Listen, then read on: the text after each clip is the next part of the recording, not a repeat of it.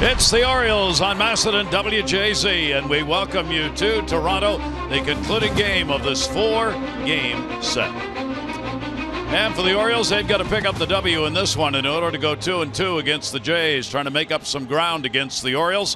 Hi, everybody. I'm Gary Thorne, and welcome. My partner, Mike Bordig, not feeling too well today. Hope he gets better quick. Caught the bug a little bit, so we'll handle this one today and head on for a day off in Boston and then the 3-game series against the Red Sox. Here's how this one has gone so far. A lot of it has to do with Chris Davis. We take it to game 1. Great catch, first base. Davis going up in the air, robbing Smoke of probably an extra base hit. And then his 13th home run in the 7th inning. It would tie the ball game up, but he was not done. In a 5-5 game in the 9th inning, this sacrifice fly, the Orioles up, and they would go on to win that one 6-5. In game 2, 6th inning tied 2-2. Chris Davis, his 14th home run. Orioles up 3-2, but in the 10th, Encarnacion, the walk-off, a 4-3 win for the Blue Jays.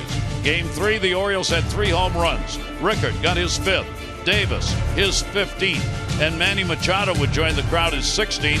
The Orioles were 11-2 when they had 3 home runs in a game. They would not win this one. Encarnacion, the 3-run homer, that came in the 6th. The Jays went on to win it by a score of 11-6. First ball game not decided by 1 run. Series recap looks like this. Jays have been very offensive with that .320 batting average. On base percentage way up for them. They've had a number of walks. The Orioles have hit more home runs in this series, but that has not been enough to make the difference. You see the ERA, 6.58 for the Orioles, way up there.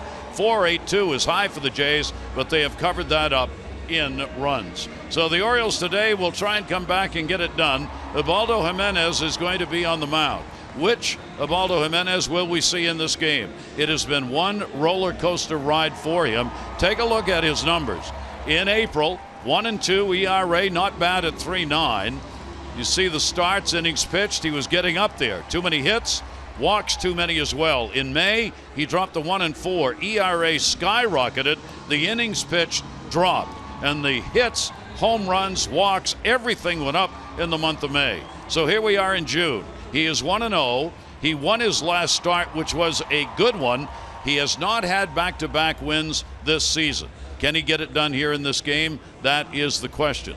Jimenez is vital to this rotation that right now really has only 2 consistent starters in Tillman and Gausman. The other 3, all a question mark and all wondering when Gallardo comes back, where is he going to fit into this rotation? He should be back within a week.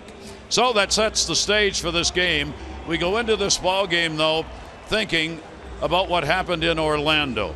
The tragedy that occurred there is remembered by all of us, and our hearts go out to the many family and friends affected by this tragic event in Orlando.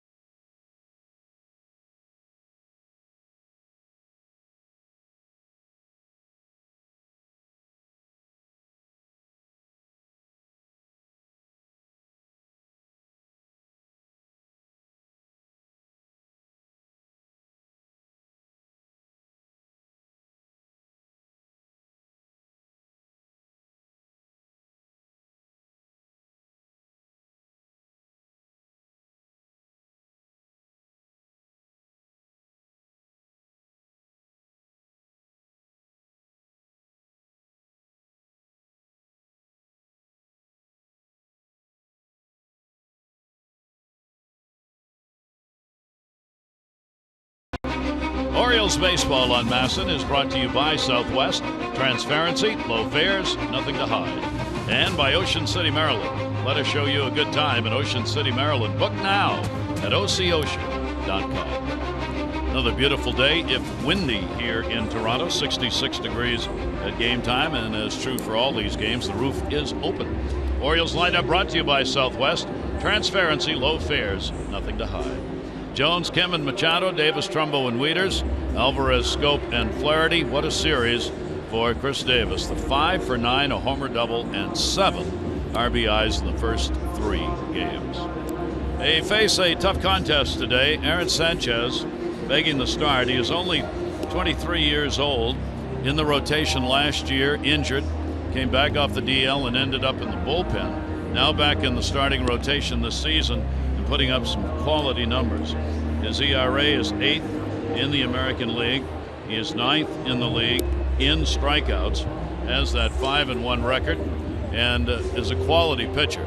This is part of an outstanding staff for Toronto, the starters that lead the American League in innings pitched. And Sanchez certainly looks like he is going to have one great career if that arm stays healthy. Last outing against Detroit, he took a one-hit shutout into the 9th inning before having to come out of there.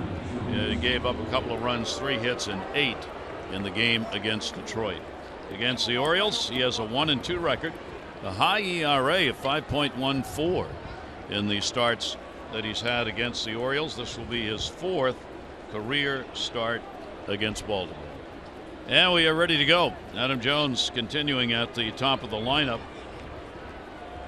Couple of hits, 14 at bats in this series. They put a modified shift on here, not all the way around against the right-handed hitter, but a little bit. And Adam, an 0 for 9 lifetime against Sanchez. And we'll go after the first pitch and foul it off the mitt. These games have started by both ball clubs with some offense early on in the ball game. Toronto in the first game had 3 in the first inning. The Orioles picked up 1. Toronto got 1 in game 2 in the first inning. The Orioles able to pick up a couple of early runs in that second game. So we'll see if the pitchers can get back in charge early on in the ball games. Sanchez will miss a little bit outside with that one, and a 1-ball, 1-strike count. Ground ball pitcher, the most predominant in the American League. Aaron Sanchez has tremendous sink on his pitches, a great curveball, and the Orioles this season have had trouble with the changeup curveball pitchers. There's no question all ball clubs primarily are fastball hitting teams, and the Orioles are certainly one of those. 1-2. Adam will take it outside as that one gets bounced. Good start for Martin. He's already had a couple that have hit him in the chest. You got to believe catchers when a day starts like that are going, oh, it's going to be one of those. Russell Martin behind the plate. Wind is circular in the ballpark today because it is really blowing outside. We'll see if it affects pop-ups balls in the air. That one's going to miss a little bit down low, so Adam Jones able to work the count to 3 balls and 2 strikes. New baseball thrown out.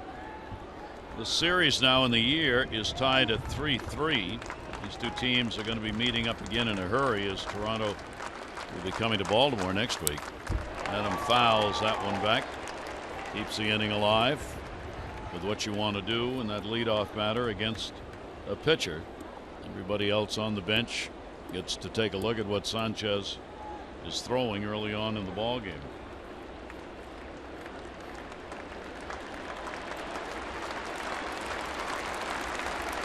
Full count delivery. Off the fist, outside of first. Can anybody get there? Nope. Sanchez got the closest. Encarnacion is playing first base today rather than DHing. And he'll be out there on the field with a red-hot bat for the Jays. Donaldson's going to DH in the ball game for Toronto. So Adam has worked this to at least 8 pitches. Martin goes out. Goins comes in. This is just to give Sanchez a breather after running over trying to make that pop-up catch. It's a good deal of foul territory between right behind the batter's box, down each side of the dugouts. You see how much room there is in front of the dugouts. It's a long run to get anything in that particular area behind home plate. Full count delivery again. Jones will take it up high. Wow. Adam works a quality walk here in his first at bat. Here's the defense for the Jays today. Saunders, Pilar, Carrera in the outfield, so Bautista is out again. Third straight non-start for him. Barney, Goins, Travis, Encarnacion with Martin, and Sanchez forming the battery for the Jays. Young Soo Kim back in the number 2 spot, as he's doing against the right-handers. He and Rickert, at least for the moment, are platooning in the Orioles lineup, depending on righty-lefty. Sanchez will get that one in there for a strike. 1 for 8 for Kim in this series. The Orioles back in a tie with Boston now for first place in the East. Both teams 25 in the loss column. Sanchez fastball is in there for a strike. Sanchez has struck out 76 in 80 innings, and he's given up only 66 hits, walking 27, so he's got good ratios all the way around. 0-2 delivery on the way. Kim loops that one towards center. Pilar will have to back up on it. He started in. And Jones will go back to first base. Off the bat, Pilar thought that was going to be in front of him. He was really scooting a little bit and ended up having to back up. Sanchez gets the out, one away, and that will bring up Manny Machado. Big series for Manny. A lot of numbers right there. 2 RBIs, 4 runs, along with the 5 for 14. Manny is 2 for 9 off Sanchez. And we'll take the pitch down low. So Manny's got the hot bat going, and 23 multi-hit games leading the Orioles in that department. He is now tied with Chris Davis for the most runs scored, 45 on the Orioles. Breaking ball. Sanchez a little concerned here about the strike zone early, as Alan Porter, the home plate umpire, favors hitters a little bit in that strike zone area, but not a whole lot. 2-0 delivery on the way. Came in with a heater. Stares in a little bit as the count will go to 3-0. You can see Sanchez, the look on his face is like, okay, exactly what is a strike here today? Need to find that out right now. Jones off first base. 3-0. Headed to the seats. Encarnacion over, and there'll be no play.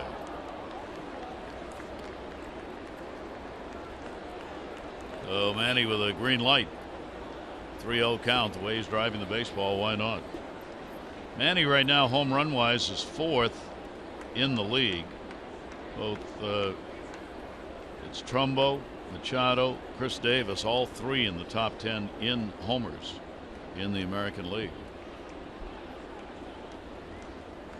3-1 count. Adam a short lead at first, and that's on the outside corner. Reel him back in. Take a look at our Mercedes pitch track right there. That's where he wanted it. Presented by Mercedes, the best or nothing. That's the strike zone that Sanchez is looking for in the game. 3-2, runner goes. Taken. Got him. And again, Manny headed down to first base. He's called out on strikes. No play made on Adam Jones. Manny having a word with Alan Porter. They just let Adam go. That's a stolen base. I mean, that's there. That's a strike. So credit Adam with a stolen base, 2 down, but he gets himself in scoring position. And that will bring up Chris Davis. So Chris with the RBI opportunity here in the first inning. Will swing through that one. We showed you the series that he has had And nothing short of spectacular with the 5 for 9, 3 homers, 7 RBIs, 3 runs scored.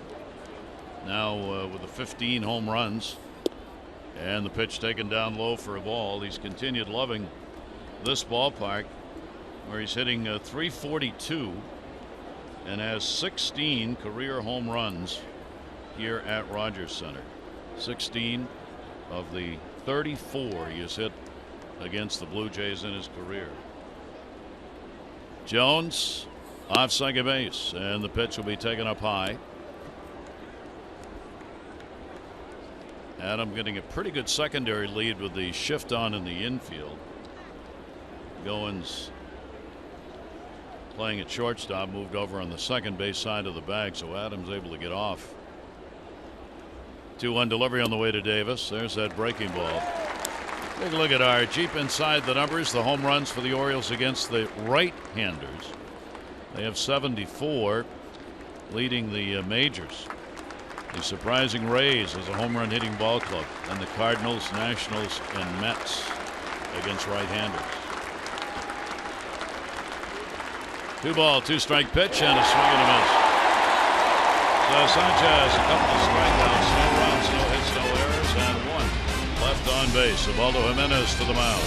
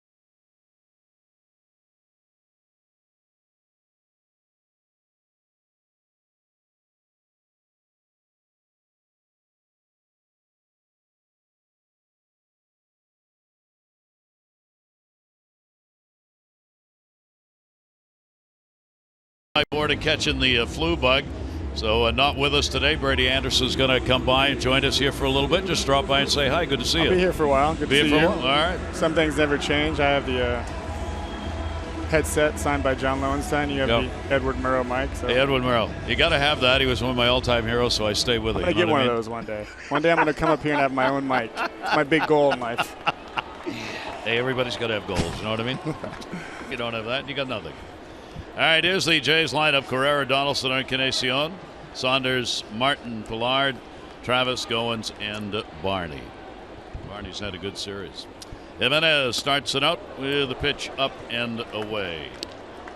Fastballs, 59% of the time. It's all about his location with the heat that determines whether or not he's successful in most games. Carrera with great speed, forcing Flaherty in again. See the numbers for him with a 3-6 mark, ERA up there. Opponent batting average, especially left-handers, very high. Breaking ball will miss inside. Carrera's had a 2 for 8, 1 bunt single, and has been involved getting on base with walks and creating some havoc. 2-1 pitch on the way. That one in the air to left field. That's hit pretty good. They were playing shallow. That's going to take right to the base of the wall. Kim's got to go get it. Into second base with a double is Carrera. I mean, that caught the base of the wall and stuck.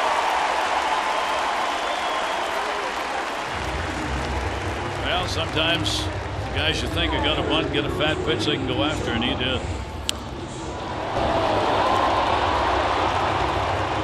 Where it hits, it just died right there. Carrera goes into second base, 2 baggers.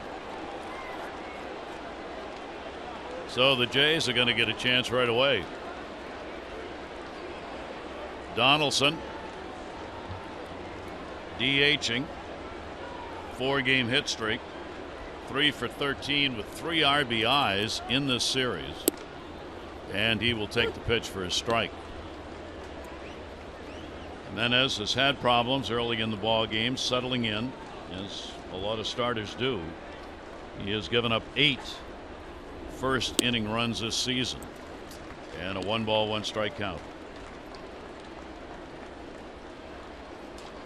See the average, 255 at 288 with runners in scoring position for a ball to look out. Wow. Not a lot of places to go on that pitch. Hit high and over the helmet. That's one thing you're noticing now. Pitchers are so they're getting penalized so much for throwing inside that batters aren't as good as getting out of the way of that. You see right there, he turned his face into the pitch. When pitchers were allowed to throw in more, you see some more batters capable of getting out of the way and protecting themselves better. Now you're seeing guys get hit in the back arm, in the jaw more than they used to. So I think they've sort of swung the pendulum too far in penalizing pitchers for throwing anything inside. Consequently, hitters are not prepared to protect themselves like they should be. Very dangerous when you face that pitch, isn't it, instead of turning away from it? Yeah, it's something I learned when I was a kid. I mean, my dad used to throw tennis balls at my head, and I just diligently learned to turn my head. So I got hit by hundreds of pitches and didn't usually move my feet, but I knew how to get my face out of the way. He liked you, though, honest. Not much. Okay. 2-ball 2-strike count. Runner at second base. That's down the line in right field. It's going to stay fair. It'll take a hop into the seats. It'll score a run. A ground rule double for Donaldson. That will score Carrera and a 1-0 Jays lead. It's also what type of hitter Donaldson is. You know, the pitch goes right by his face, and the next pitch he stays in there and drives in the opposite field. So that's what makes him one of the more elite players in the majors. He's been doing a lot of the opposite field hitting of late. Just keeping the head down, and the Jays jump out in the first 2 hitters to get the lead. That'll bring up Encarnacion. The off-speed pitch up high. Encarnacion is 7 for 35 with 1 home run against Jimenez. 4 for 11 with 3 home runs in this series and 7 RBIs. And he was going for another long ball right there. I mean, he has just been rattling the cage when needed. That one going the other way. Then he pulls one into left field and then jacks one or straight away. There are the numbers for the series. 7 big RBIs. Ground ball to the middle. That's going to be a base hit. Donaldson will come around and score, make it 8. And Ubaldo in real trouble here in the first inning. A 2-0 lead and nobody out.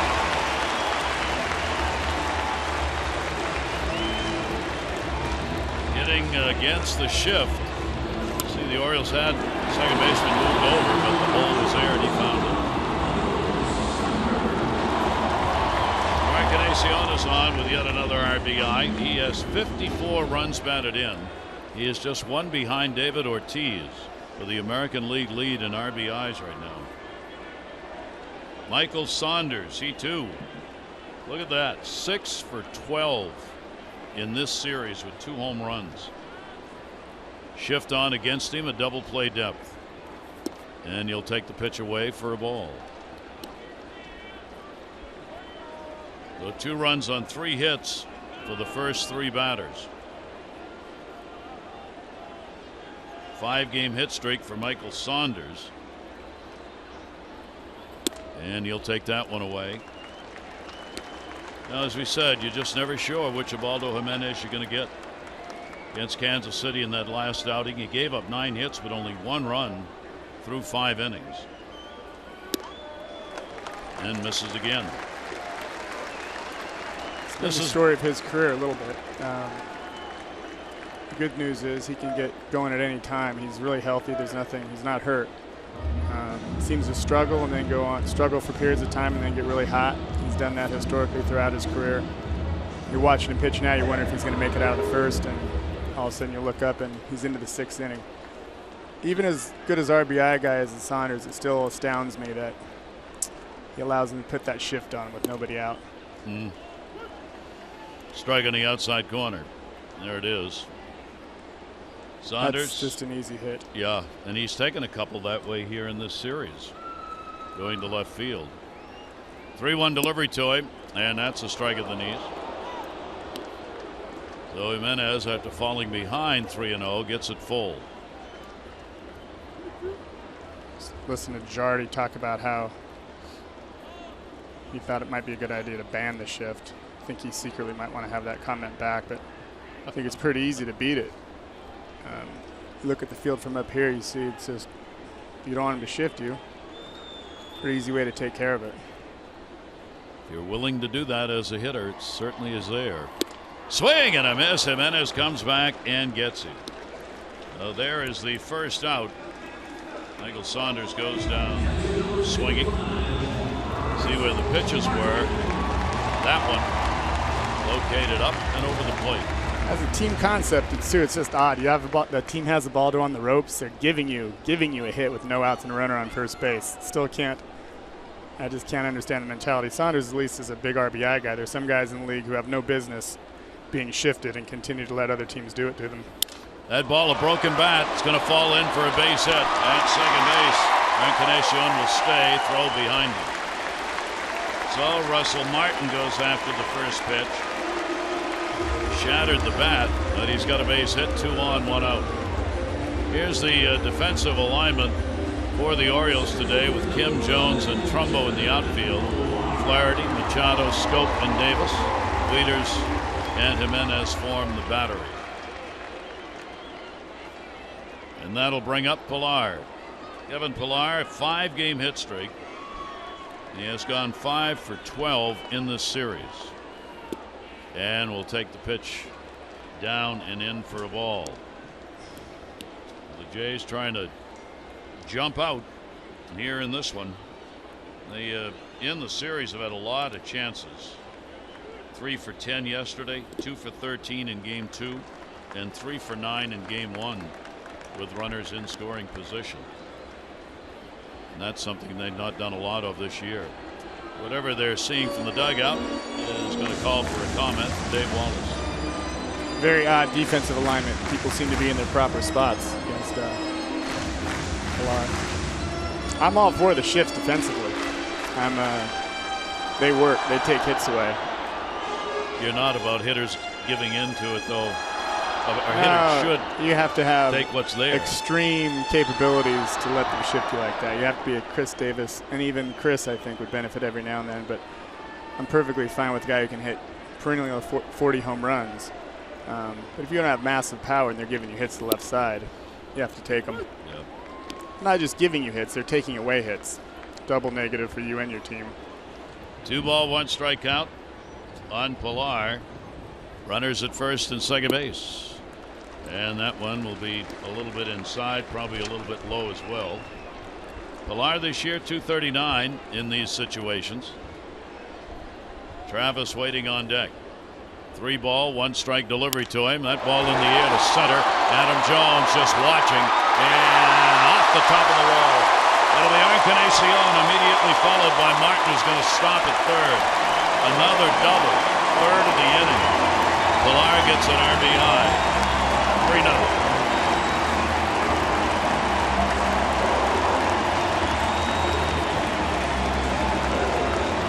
Here's the at-bat.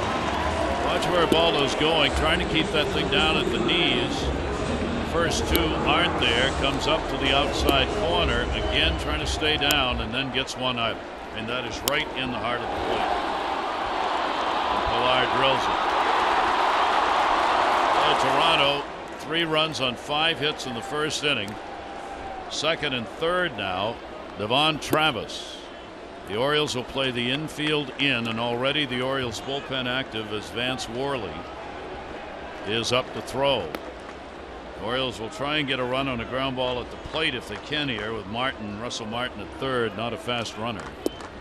Good breaking ball from Jimenez, and a 1-ball 1-strike count. Travis, a 1 for 9 in the series.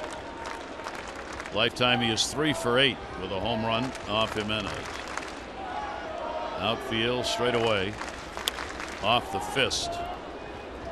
And Jimenez will get ahead of him, a ball and 2 strikes. And there's what we were talking about, those first inning runs. 11, 8 of them earned in the 13 starts that he has had this year. Infield stays in, 1-2. Close, not quite. 91-mile-an-hour fastball there. And the count goes to 2-2. On the road this year, Ubaldo is 0-4. His ERA is 7.85 in the road starts that he's made. 2-2. Chopper foul, hit him in the batter's box. This is the series that Toronto may look back on and say, we found our bats. And amazingly, they came into this 4-game set struggling to score runs. They have their big hitters, Encarnacion in particular, have really come around. That ball's going to be down the line. That's going to go into the corner. Martin will score. Pilar will score. Trumbo in. 4 doubles.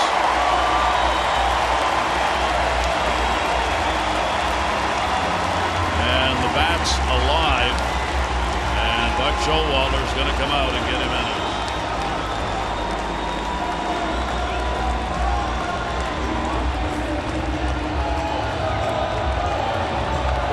Showalter dreaded the most. Yesterday he saved his bullpen in a situation where he would have gone to it earlier and differently, worried that in this start Jimenez might not go anywhere, and he was right.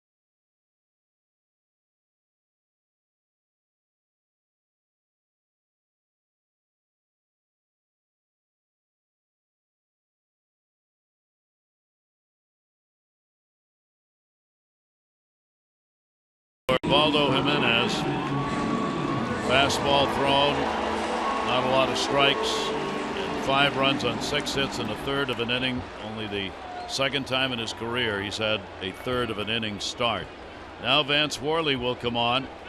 The fastball, you see his record 2-0. He's had 2 starts. They came early in the year.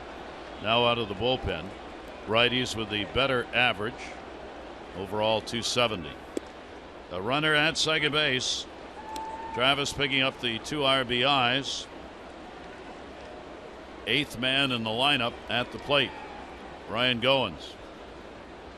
Goins, couple of hits against the Orioles this year. Will take the pitch inside. There you see the inherited 6 out of 12 stranded by Worley. The game turned over to the bullpen in a heartbeat here in Toronto. Barney waiting on deck. 1 ball, 1 strike delivery. Going for the long ball on 1 up. 1-2.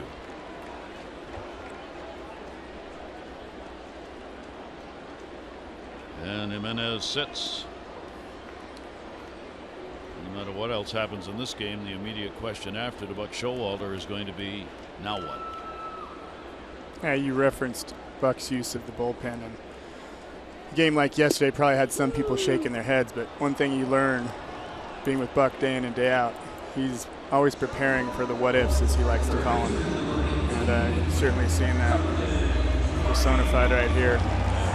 He saves guys. He looks at the entirety of the season, not necessarily day by day. Certainly you have to try to win each game, but there's a price to pay sometimes.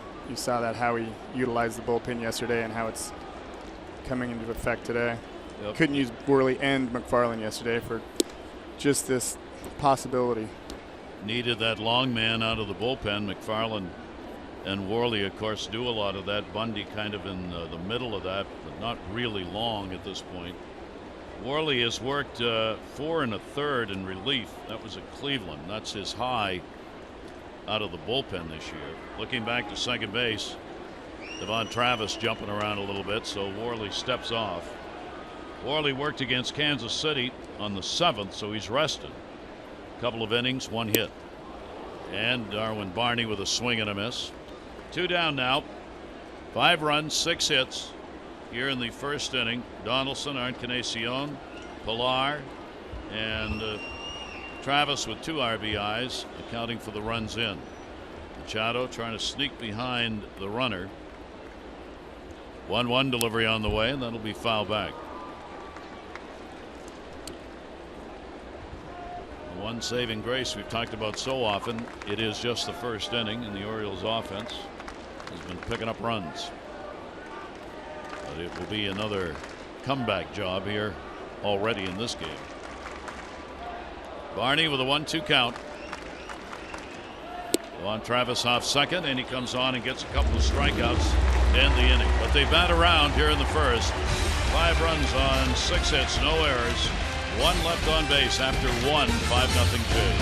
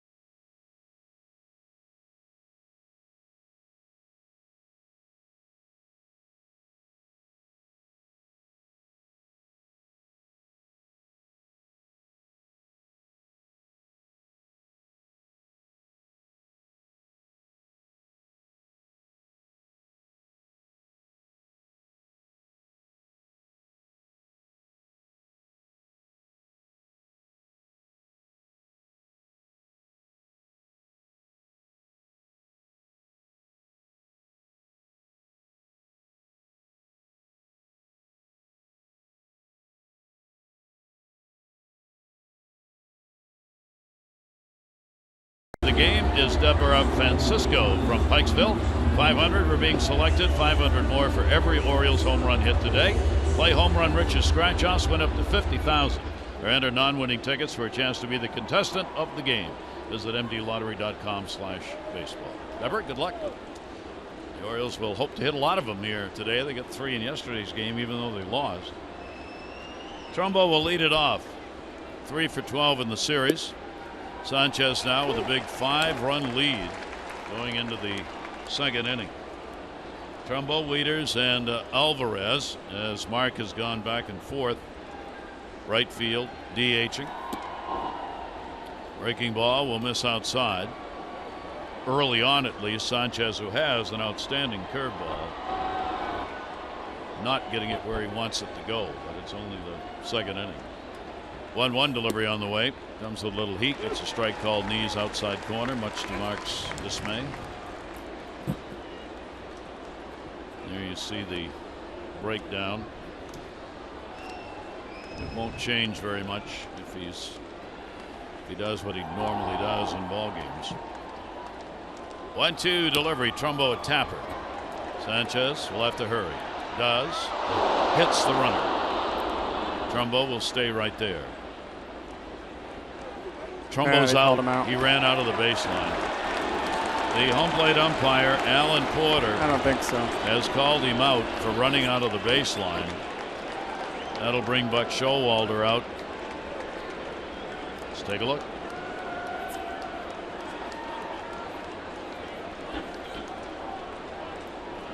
Yep. Which is what you want to do as a runner. You get as far over there as you can. It's another odd rule. Technically he is over the line, but in a play, he's sort of straddling it, you know? Yeah, unless you have a play like this, runners are never in that little box. That's right. Going down to first base. So you almost have to intentionally veer into that box. That's where most runners would be always. But you are supposed to be on the right side of that line and in that trench. So Buck Showalter arguing about it, but especially common on a dribbler like that, that's sort of where you're off balance and sort of headed toward the pitcher to begin anyway. Get a bad route toward first. And Porter's the only one really can make the call on that. The first base umpire is screened, and it's the home plate umpire's call anyway. So it's going to be a runner interference and an out. Put out will go. Could go to the catcher, could go to the first baseman. It's up to the official score. But in any event, there's one down.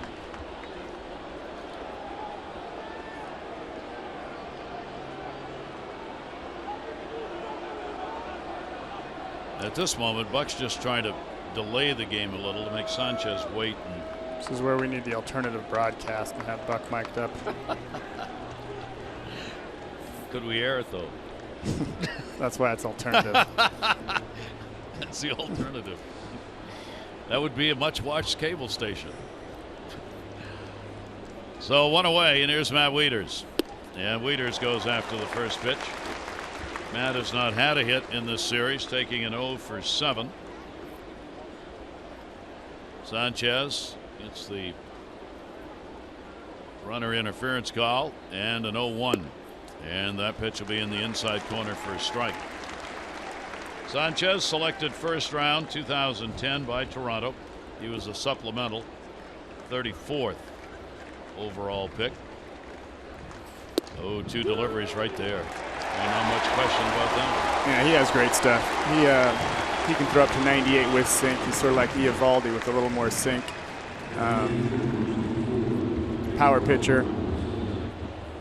Getting off to a rough start like that, it's not going to be any easier coming back against this guy, especially if he gets rolling. That one came right into the strike zone on Matt. Not much difference, lefty-righty, 220 left-handers, 222 right-handers. Overall, that 221 batting average is the 9th lowest in the American League for a pitcher. Alvarez will take a strike on the inside corner. Yeah, with a mathematician this winter. I've always been fascinated by the numbers of the game, and he said the primary goal of any team should be to have the entire team bat at any time during one inning. It almost ensures a victory, which might seem self-evident, but I still thought that was interesting. No matter where it is in the game. That's right. Wasn't the example I wanted to use. I understand. Bottom of the first, we're away, but I guess that was what I was talking about earlier about the shift, the team concept of sending more guys at the plate. If they take what they give you, if they're not giving you something, don't force it. Let the guy behind you contribute. 2-1 delivery on the way. He'll pass the baton. I'm really surprised by this shift as well. Kim hits the ball everywhere. So I don't know what data they've collected, especially so early. I guess they have it from Korea. He's quite a track record there, but I'm still surprised as many balls as he hits down the left field line. And he's one guy that I think will beat the shift if they continue to overshift him. They've backed off a little bit on the shift on Kim. Alvarez will foul that one back, and the count 3 balls and 2 strikes. Well, it certainly has become. Oh, I'm sorry, I was looking at the wrong guy. One of the most evident things in the game, though, when we talk about the shifts, I mean, now they not only occur for a batter, they occur within an at-bat. 3-2 delivery, foul back again. More and more we see. Yeah, that's right. Whatever the count decides, how you shift that's or when right. you shift. I'll keep you on. Third baseman will be honest for usually 1 strike, and sort of dare you to bunt it after you get past 1 strike. Alvarez is shifted accordingly. That was my mistake. And he will foul that one back as well. Alvarez, his lone RBI in this series, coming off the home run that he picked up. He's had a couple of home runs in his career in this ballpark, where he is a .250 hitter. And very hard to tell, and depends on the point of the game as to how the ball is traveling in this ballpark. We've had the open roof for all of the games. 3-2, and he's going to get a base hit the other way. Michael Saunders will get it back in. Alvarez is on, and the Orioles have their first hit and their second base runner. The Orioles will be home on Friday to take on these same Blue Jays. 7:05 game, and it's going to be a fireworks night presented by BGE. So we hope you'll be there. Father's Day weekend will be getting underway. 888-848-BIRD for tickets. So go to Orioles.com. Fireworks night Friday, and the Jays will be in town. Alvarez is starting to swing the bat really well. He's an interesting guy because when he's not, he doesn't handle the inside pitch great when he's not swinging well. Scope goes the other way, and it will find room. So Jonathan's got a base hit and a 4-game hit streak. Alvarez goes to second, 2 on, 2 down. So when he starts to get jammed, I think he overcompensates and he starts cheating inside, which makes things worse. In the last 10, 15, 20 games, he's been not so concerned with the inside pitch, and as a result, he's starting to come out of his early season slump. He has massive pop to all field, so he doesn't need to cheat anywhere. Well, the Orioles got a chance to get on the board here in the second inning. Sanchez with a low average with runners in scoring position against him. Great human as well. We got lucky with our offseason acquisitions. I don't know if it's luck, but getting Trumbo and Alvarez, the type of players they are, but the type of people they are, is very unusual in this game. Good additions all across the board. Ryan Flaherty goes after the first pitch. Ryan's had a 1-for-7 in the series for the Orioles. Flaherty trying to get a number up on the board. He's done a good job with runners in scoring position. 6 for 20, 300. Alvarez at second, Scope on at first. Check swing. Did he go? Nope. John Tumpane down at third base. Replay will probably show that he did. 1 ball, 1 strike count. Matters not. Check swing is whatever the umpire says, and then just get on with it, because Lord only knows. That was the one call I was perennially wrong on. I was convinced I didn't swing on so many. I'd go back in. I said, oh, I'm embarrassed I argued on that. 1-1 delivery, did on that one. Alan Porter, home plate umpire, didn't need any help, and it goes to 1-2. I would swing more than that and still argue. Umpires loved you. There's the angle that shows you just how far around he went. 1 ball, 2 strike count on Flaherty. And a swing and a foul ball. Russell Martin bounced off him. So they'll keep the at-bat alive. Yeah, this is critical at bat early in the game, and we do have a chance to catch up with our offense. We're never out of it. You don't want to get a guy like this rolling. Flash is having a competitive at bat right now. Putting a run on the board would be a big deal. Yep. Start chipping away at a 5-0 lead. Here's the 1-2 delivery by Sanchez. Same with Flaherty. His ability to remain calm is a big deal with him. He's actually come up really big for us in the 2 playoff appearances we've had in 2012 and 14. You start pressing again. His biggest problem is pressing a little too much, trying to do too much. He's another guy with big pop all over the field if he just puts a smooth swing on it. Sanchez wanted a call, didn't get it. 3 ball, 2 strike count. And the Orioles getting that pitch count up on Sanchez here early in this ball game. He's been stopped at about 100, a little over, a little under in most of the starts, all of the starts that he's had this year. This is his 13th. 3-2, 2 down. Runners go, and that's going to be a base hit center field. Alvarez will score. Throw comes into third, and the Orioles are on the board. A 3-2, 2-out base hit by Flaherty, and it is a 5-1 game. Such an amazing at bat by Flash. You know, he had a few check swings early on, took some really tough pitches, stayed up the middle, and that's the biggest thing with him. I was hoping he would stay calm 3-2, not be too on the fastball too much, and you could tell that he was ready for any pitch right there. And a big at bat and a big RBI. So Ryan Flaherty will pick up number 8 on the year. The Orioles have runners at first and third. Jonathan Scope at third, and a chance to get one or more. Top of the order. Feels so good to get a hit your first at bat. Set you up for the day. Feel like you've done something right away. Adam Jones drew a walk his first time up, was stranded. First pitch pop up, second base, shallow right. And it will stay up. Carrera comes on and puts it away.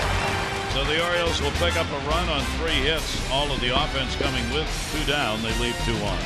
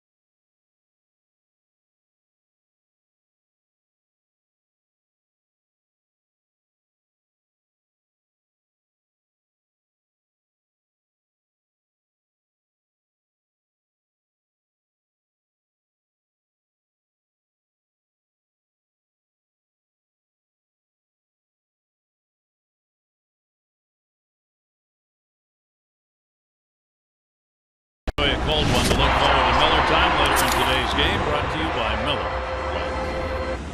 Ryan Flaherty picking up the IBI. The Orioles are on the board. 5-1 Jays lead. Vance Worley came on. A couple of strikeouts. Final line, Jimenez, 5 runs, 6 hits, a third of an inning. No walks, 1 K. Carrera, top of the order, started that first inning out with a double and scored. Again, Ryan Flaherty will be way in at third base. Always a threat to put the bunt down, either towards third or first. Worley's pitch to him will be up high, 1-1. So Vance Worley being asked to give the Orioles some distance on the mound. 1-1. Will be way inside to him. Orioles are now 36-25, as we said, tied with Boston. On the road, 12-14. Launches it, but it's foul. Still fun to watch. Goes off the facade of the third deck. What's up? He's a bunter, speedster. He plunked one to the left field wall his first time up, then tries one almost to the upper deck foul. 2-2 delivery will miss outside, and a full count on Carrera, 3-2. Season series 3-3 against the Jays.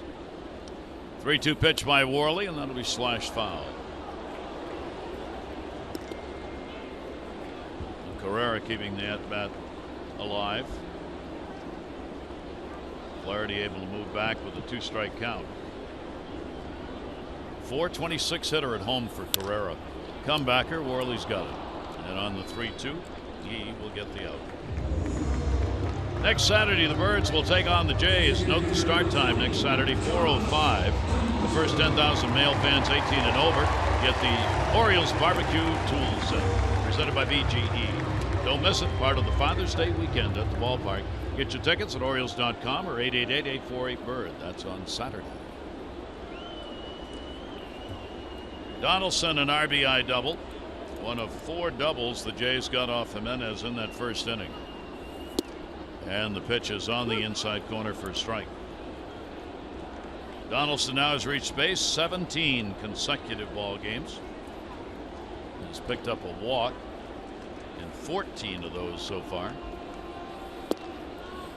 His on-base percentage climbing.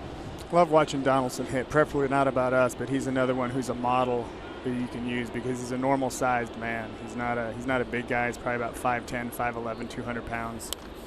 And the way he generates, the way he uses his body, it's the opposite of a hand swing that you see advocated a lot. It seems like from Little League on, they're trying to shorten guys, make them short to the ball, and continually giving them tips that reduce bat speed. Donaldson's the opposite. Big leg kick, big torque, big weight shift, big results. Watch this one. Leg kick and the whole body. That's right. You can see the separation there. You can see the ability to generate torque. Worley with a good pitch. He'll get him. Strikeout number 3. 3 of the 4 batters faced, he has struck out. Buried that one. And chased it on a bounce in the dirt.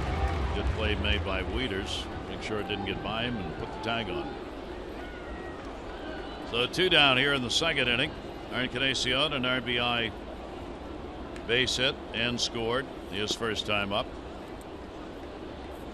Encarnacion gets a chance here. He'll be looking for the long ball. 2 down and nobody on. Shift on against him. Worley's delivery is there for a strike. Another hitter with similar characteristics. He, Donaldson, and Batista are all great models to watch. Big weight shifts. Sort of baffles me when. Down the line, that's going to go to the wall. Kim will chase it down. Encarnacion's going to try for 2 and will get it standing up. And again, you can see in his swing, if you watch it in slow motion, as you see on the replay, he's the opposite of a hands type hitter. He's a body first hitter. Hands come very late in the swing. It almost looks like he's rotating with the shoulders, posts off the front leg at contact. So again, the things that you see time and time again with hitters who are able to generate lots of power. And again, something I see from a very young age. Hitting coaches not qualified, teaching almost the opposite of what you would want a hitter to do. Encarnacion is now 8 for his last 8. 8 for 8. Pretty good. Wow. Saunders will take the pitch down low. Runner on at second base, 2 down. Saunders, a strikeout victim, his first time up. He gets another RBI chance here. Facing Worley for the first time. Runner goes. Throw. Stolen base. If he gets up, he's going to score. And he will. And that's because of the shift.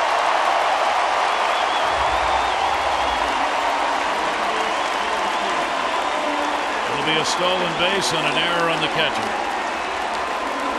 Yeah, that's right. That shift like that, which again is good shift on Saunders, just makes it really hard for Wieters to hit a moving target like that. Man, he can't quite get there.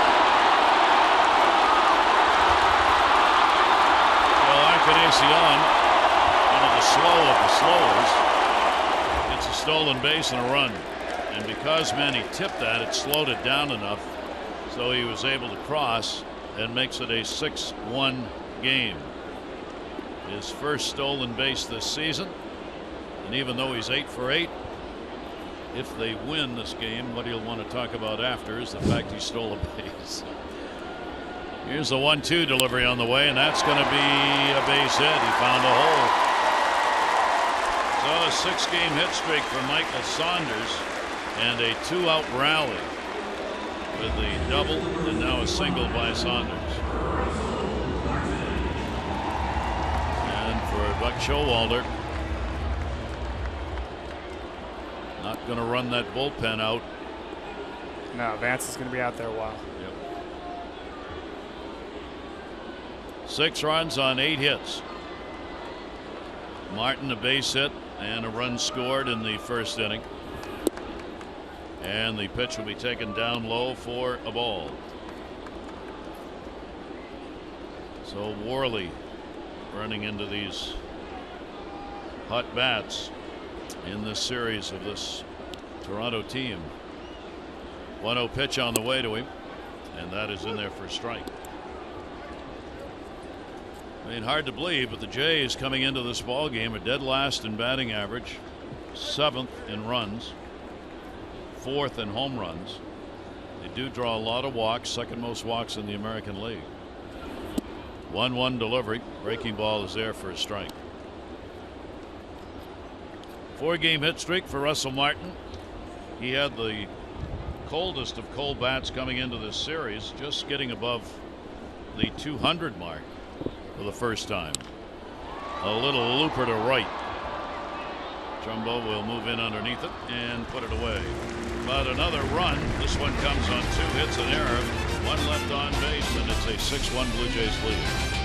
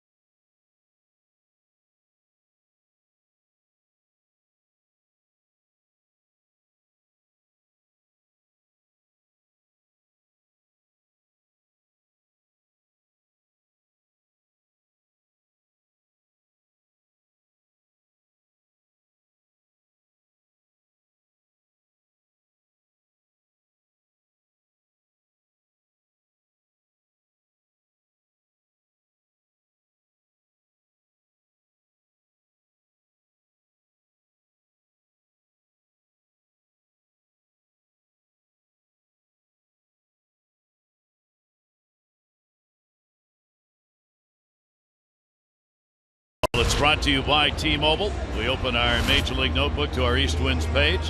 Red Sox ball game just getting underway. They're trying to sweep the Twins. Rick Porcello pitching for Boston. No decisions. Last 3. The Yankees face the Tigers. They've got a rubber game match today. Michael Pineda will go. His last start, a good one. Season low 4 hits, 7-inning high in innings pitched. And Matt Moore will start for the Rays against the Astros. He's 1-4. Look at the ERA. That's 6.5 over the last 9. That is the 3rd highest during that span. Vance Worley going to Richie Bancel's the Orioles trainer between innings on the bench. Dave Wallace, pitching coach, listening in, wanting to know if there's anything wrong. Nobody up in the Orioles bullpen. Here's Kim. Flied out. First time up. Kim, Machado, and Davis here in the Orioles part of the 3rd inning. Aaron Sanchez. And the Dipsy Doodle jackknife right there. I don't think I've ever been around anyone who seems to enjoy playing baseball as much as this guy. Really? I'm not joking. In my life. Only guy in spring training who I would actually hear, and I believed it, that he wished he could go back out and play some more at the end of a spring training game. Nobody says that. He does. Well, at least that's what I was told through a translator that he said. He could have said, I want to go home. Good for him. Best attitude ever.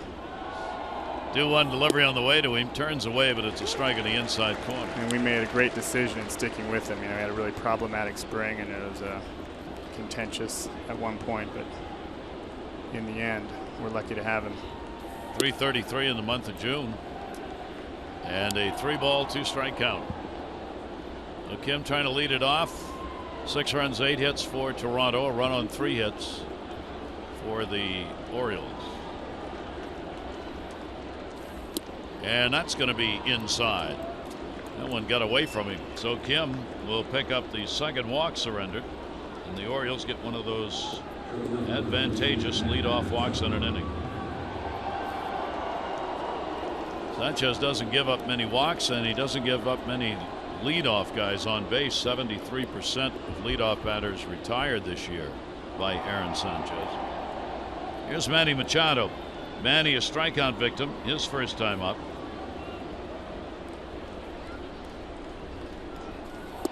And that will be taken inside. Sanchez throwing a lot more pitches than normal in his starts for this point in the ballgame. And that's good for the Orioles because it's the bullpen you want to get to against the Jays. 1-0 delivery, and that one is way inside. It just doesn't seem to have a very good rhythm right now. And Russell Martin will go out to have a word with him. And so will Pete Walker, the pitching coach.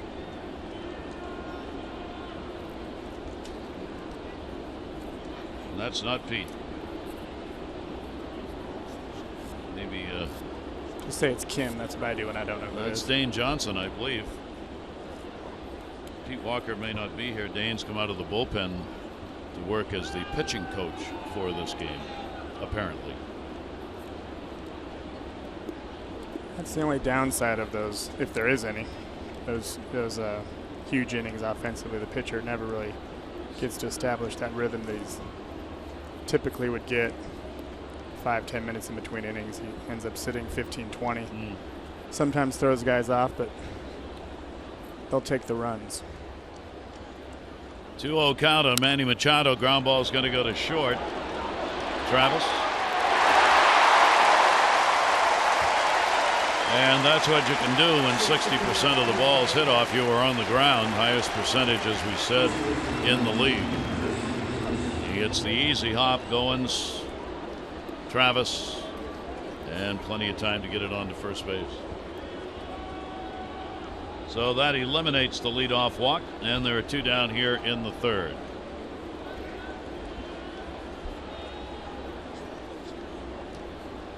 Two down, nobody on. Davis will take the pitch on the inside corner for a strike. Chris has hit Sanchez hard in limited at-bats, including the strikeout in this game. He is 5 for 8 against him with 2 home runs.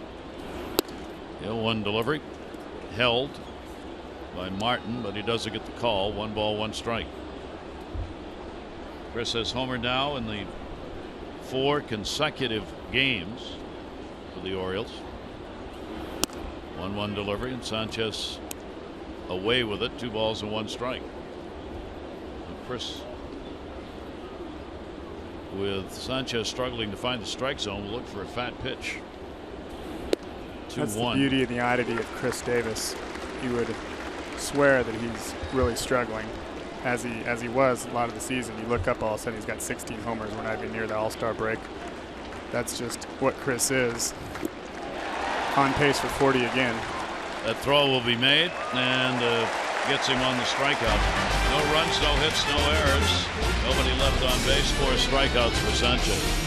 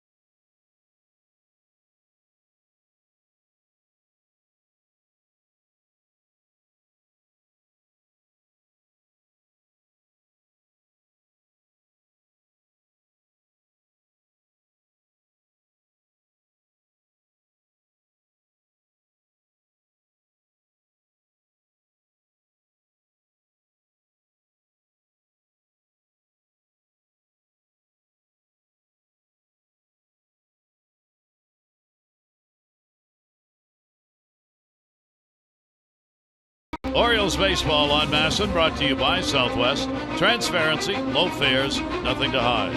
And by Navy Federal, proudly serving the armed forces and their families for over 80 years. Federally insured by NCUA. So the Jays have the 6-1 lead. Mike Bordick under the weather today, getting some rest as the flu bug is hit. Darren O'Day, who's with the ball club, even though he's on the DL, he also has that bug today. So Brady Anderson's been good enough to come up and chat with us for the ball game.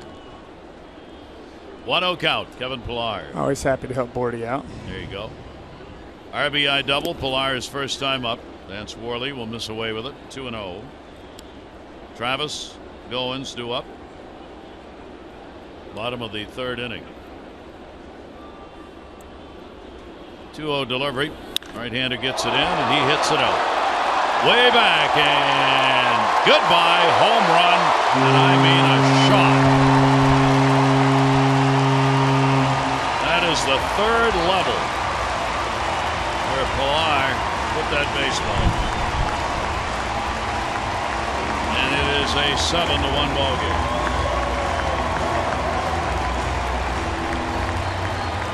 Number 4 for Pillar in his 22nd RBI.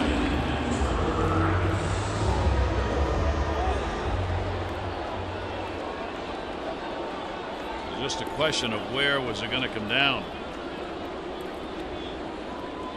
So the long ball used by the Jays off Worley. And the pitch taken for a strike. He got one he could drive, and look where this lands. No doubt about that one. Didn't take you long to call that one, did it? No. Up above the purple. Wow. Down to third. Fair ball. Nice play, Flaherty, and we'll get the out. Travis is retired after having a 2 RBI double. As Ryan Flaherty, the usual, great glove at third. It's one they can rely on. Great infield defense with this team. Great defense overall. That must be the hardest part when I watch this game, watch games in general. Buck's job is you listen to him agonize over the possibilities of what might happen, and then you see them actually happen, and you're wondering why, and you figure out why. Yep. He gets us through some difficult spots with that sort of obsessiveness about preparation. If you get caught not ready in a situation like today where your starter goes a third of an inning, you are really in trouble. 0-1 delivery on the way. Goins will foul that one back. Goins against never got to see Jimenez. He was struck out by Worley. Jimenez 5 runs 6 hits over a third, the Orioles starter.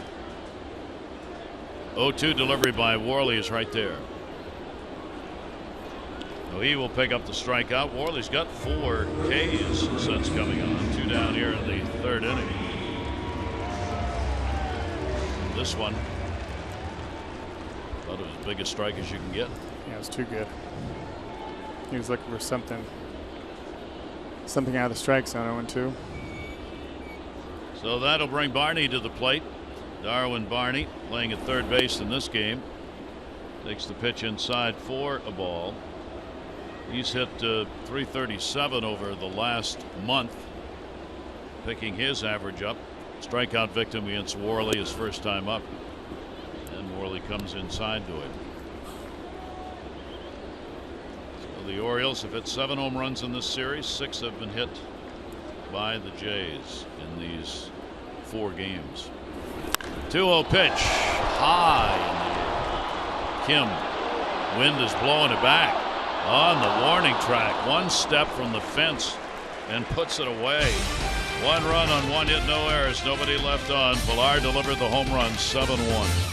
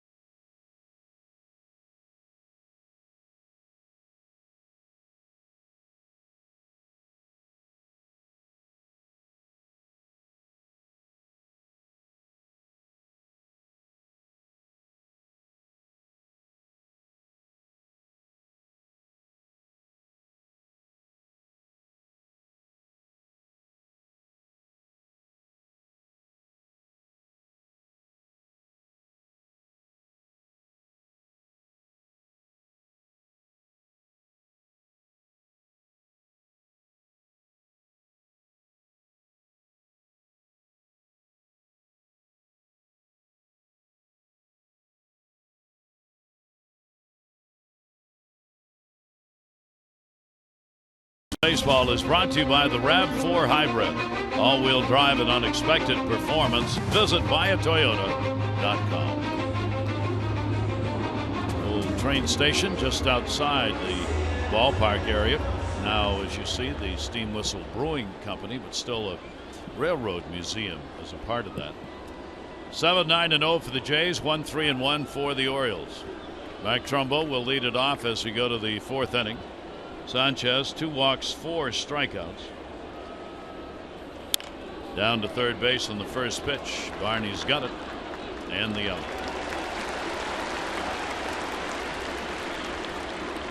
Trumbo with the 0 for 2. That'll bring Matt Wieters up. Matt called out on strikes his first time up, facing Sanchez for the first time in his career in this ball game. Sanchez here at home has a 2.81 ERA, overall 2.91. His 13th start, his 5-1 record. He gets the pitch in there for a strike. Such a distinct difference in the numbers for starters for these two teams.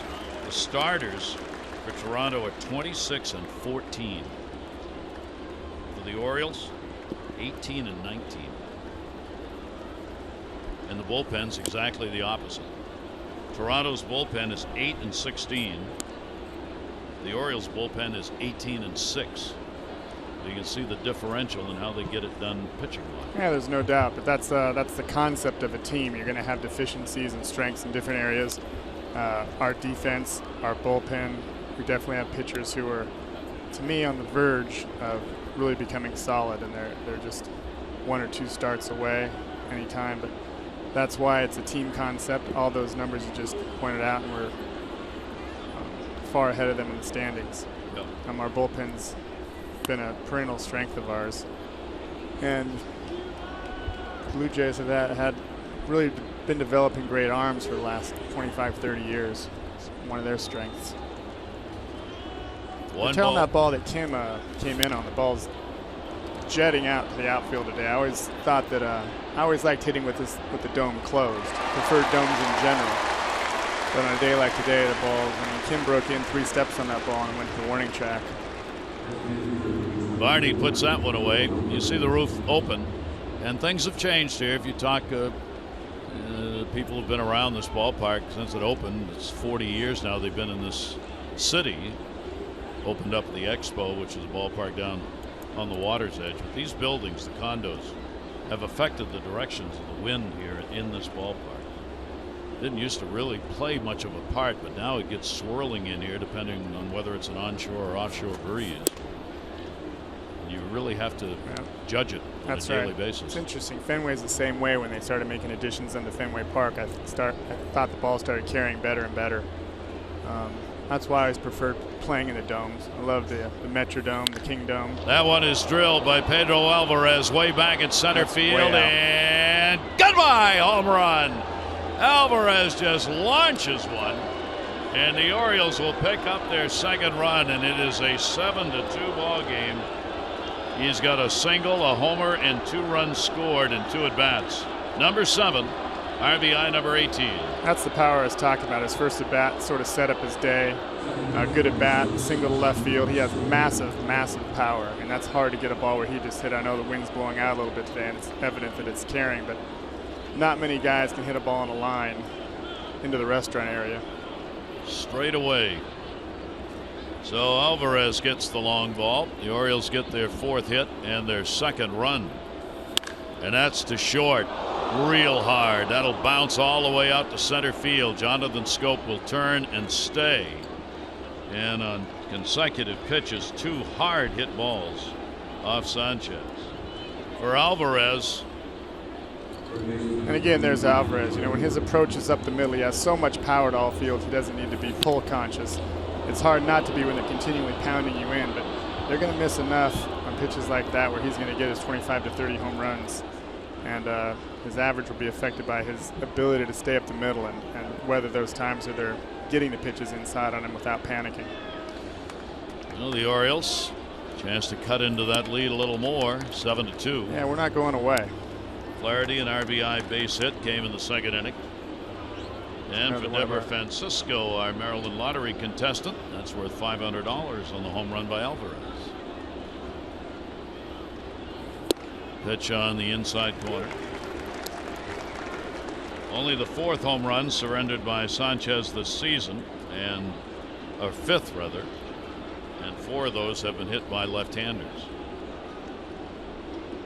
1 ball, 1 strikeout, runner off first. Flaherty takes the strike outside corner, 1-2. He rocketed that one, 109 off the bat, 420 feet. Sort of cheating a little bit on the 420, I think. And a swing and a miss. 5 strikeouts for Sanchez. The Orioles get a run on 2 hits, no errors. 1 left on base for Alvarez. Orioles continue to lead the American League in homers, and Alvarez adds to it.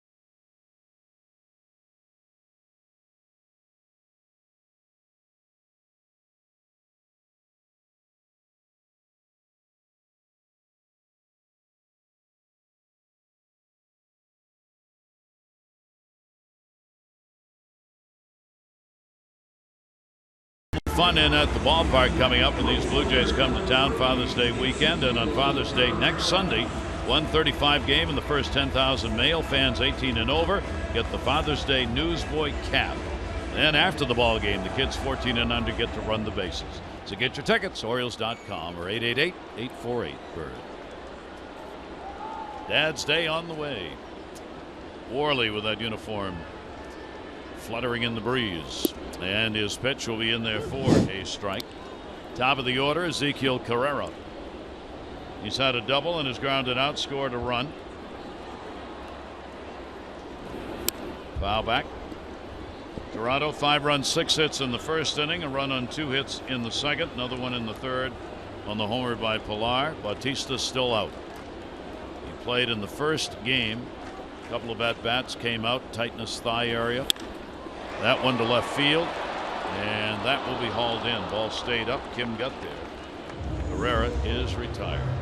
Let's take a look at our PNC minor league report. PNC for the achiever in you. For Jonah Heim selected to the league's all-star team. Congratulations with the Frederick Keys in the high A. Tremendous defensive catcher and putting up the offensive. Yeah, it's a big deal for us. Jonah he's been excellent defensively even since he was 18 years old. He's just got a real feel for the catching game. It was this spring, it didn't look like his power was there, so he has 5 home runs already. That's quite a big deal for him.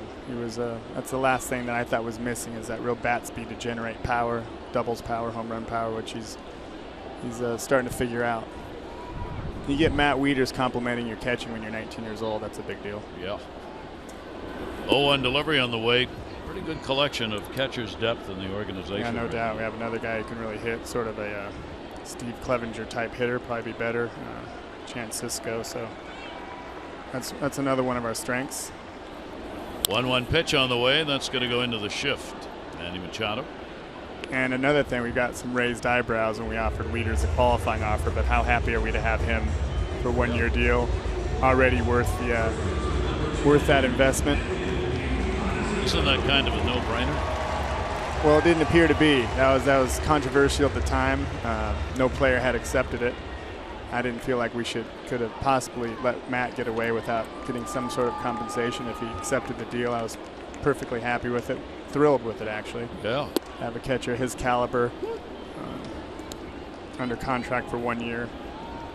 To me, it's a no-brainer. Yeah, I agree with you. And I think from his side, too. 0-1 count, 2 down. And the pitch will be taken down low. Take a look at our Maryland Live Casino RBI leaderboard. Are inside the numbers. 54 for Encarnacion, 1 behind Ortiz, Cano, Trumbo, and Mookie Betts. They are the leaders. Runs batted in. Pitch will just miss. Encarnacion, a double, a single, 2 runs scored, an RBI, and 8 for his last 8. 2-1 delivery by Worley. That'll be a bouncer. And Encarnacion takes the count to 3 balls and 1 strike. Ever dangerous bat. Paid to hit the long ball and does. That one is going to miss. First walk surrendered by Vance Worley. 2 down here in the 4th inning.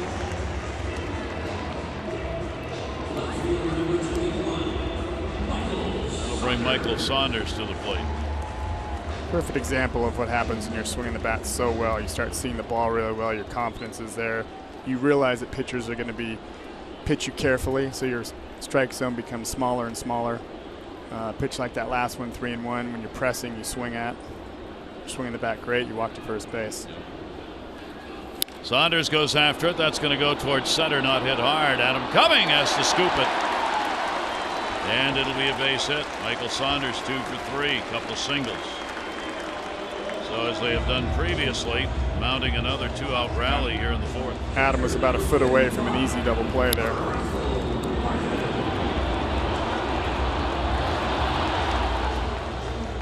Not quite, but able to stop it.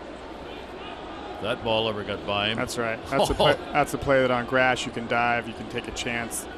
That's one of the risks of turf. You miss it and it's inside the Parker. Yeah, it would have been 400 feet away. Here is Russell Martin, a base hit. And he is flied out. Gets leaned away. This turf is odd, too. Have you been out on the field? Oh, yeah. It's very slow, very bouncy. It's kind of annoying out there. It's all that rubber that's in there. But to a high degree, this is a particularly slow and bouncy turf. We're talking to some of the infielders, Oriole infielders, saying it's tough because the turf's slow and then it hits the dirt. It's fast. Right. Yeah, that's right. Hard and fast. You really have to decide what hop you're going to get a baseball on the ground ball. That one foul back. Martin, a 4-game hit streak with the base hit that he picked up earlier in the ball game. Already double digits on the board for Toronto. They have a 10-hit ball game. They are 4 for 6 with runners in scoring position today. 1 ball, 2 strike count. That one in the air to center. Jones almost in place. Pedals back and will put it away. That'll do it here in the 4th inning. No runs on 1 hit, no errors. 2 are left on base. It's a 7-2 Jays lead.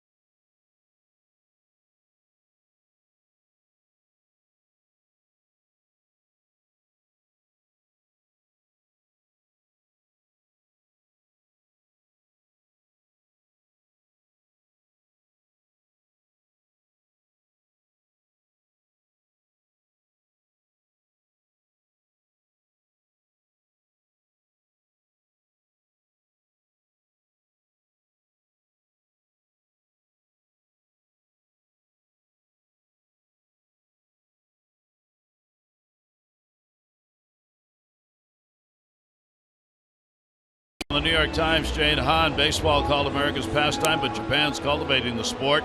In soccer-crazed Africa, for years they've helped create leagues in Burkina Faso and Tanzania. The Japanese government's paid for new fields in Ghana and Uganda. Pretty interesting project that they've got underway with an organization like the Peace Corps. Interesting to see how that catches on in Africa.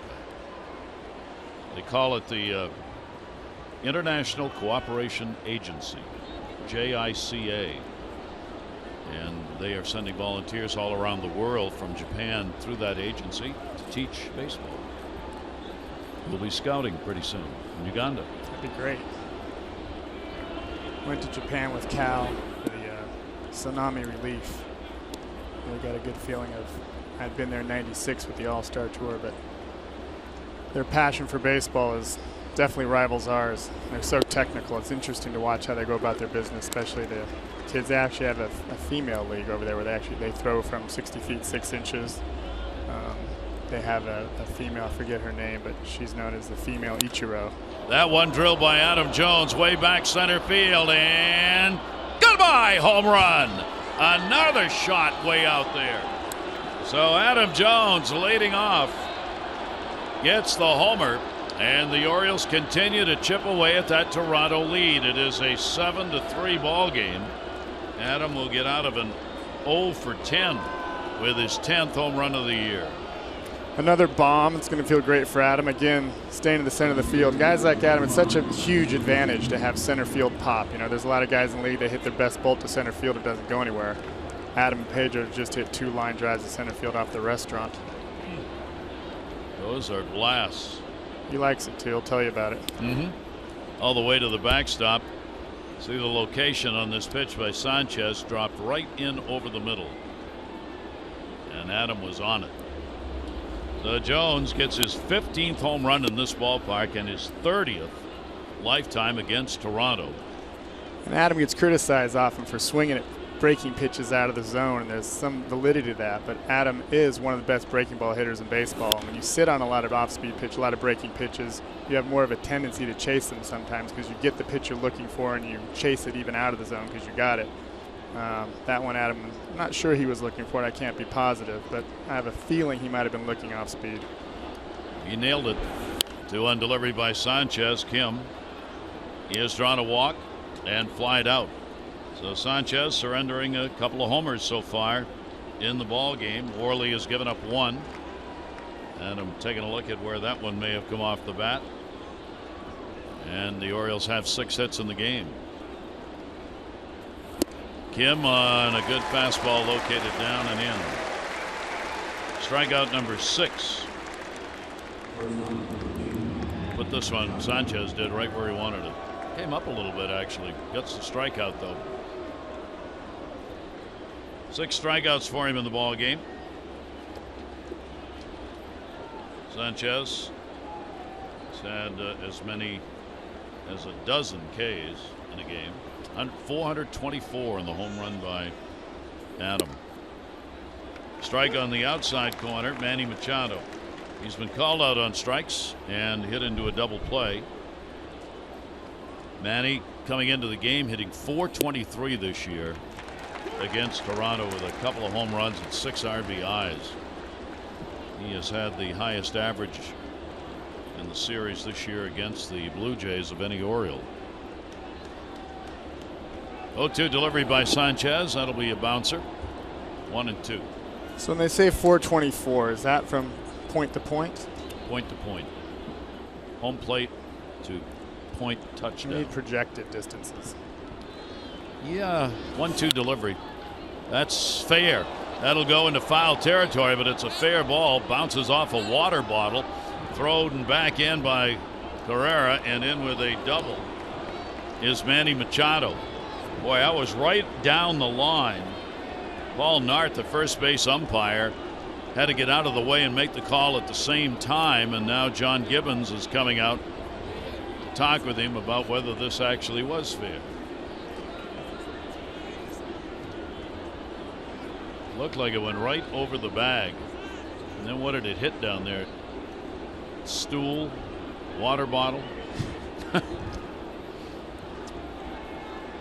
It's a double. Well, Manny Machado gets the 2-bagger. That'll bring Davis up. There's another double. Take a look at our PNC inside the numbers on the doubles chart. Ortiz is on top. Manny now 25. Altuve, Xander Bogaerts, and Travis Shaw, the double leaders in the American League. And a chance for another run. Shift is on against Chris Davis. 1 out. Chris, a strikeout victim twice, takes the pitch outside. Chris with a home run in 4 consecutive games. Chris once had a string of where he had home runs in 6 consecutive ball games back in 2012. He hit 7 home runs over those 6 games. And he'd love to get another one right here. 1-0 delivery on the way, will be down low. Very confident at the plate, getting the full swings.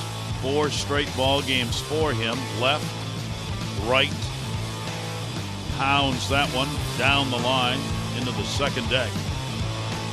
Now Chris will try and add more here in this one. 2-0 delivery in the air to left field. That's hit pretty good. That's back at the wall. And goodbye home run. He did it. Chris Davis delivers another. A 2 RBI shot.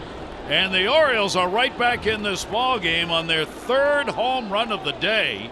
He makes it 7-5. Yeah, you could tell Chris is the one hitter in the major leagues. He puts a barrel on the ball, and you think it has a pretty good chance of being a home run.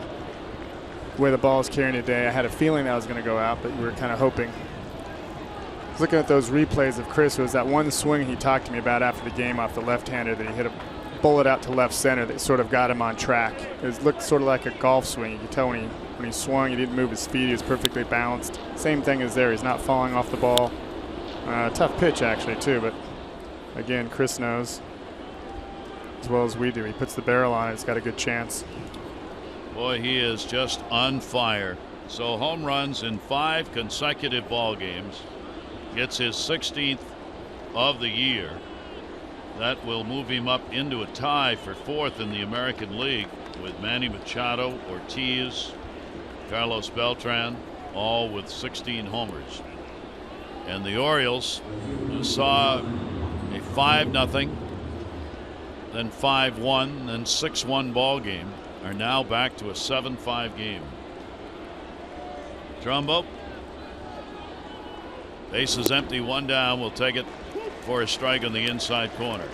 Sanchez had not given up more than 1 home run in a ball game this year. And he had not given up a home run in his last 4 starts. And he's given up 3 in this one. Gets an 0-2 count on Trumbo. Trumbo on a putout. Runner's interference going down the line his first time up. Grounded out last time. Ground ball to short. Goins. We'll get him. 2 down.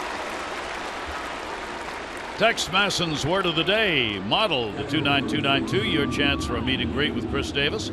That's model to 29292. Brought to you by Mile One Automotive.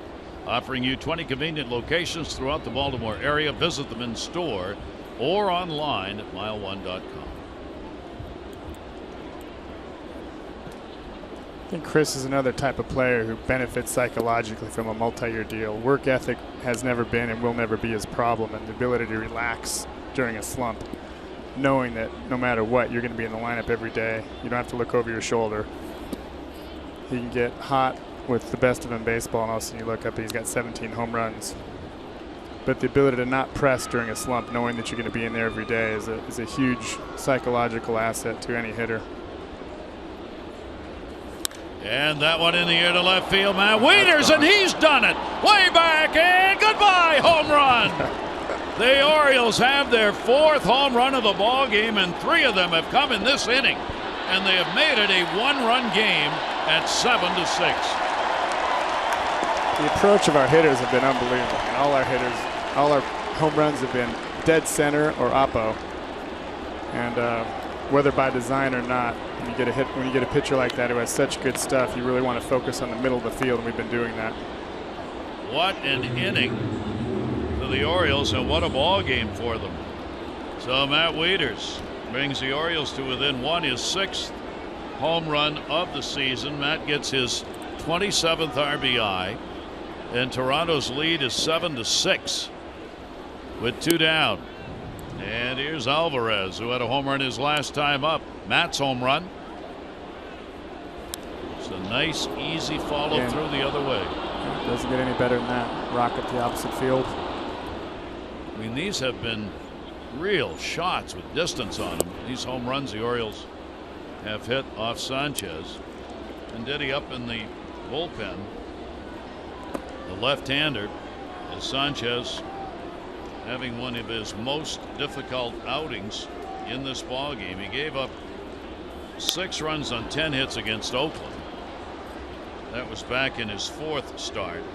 Gave up 6 runs against Texas in a ball game, and those 2 games of 6 runs his high in runs surrendered this year, and he's done it again here.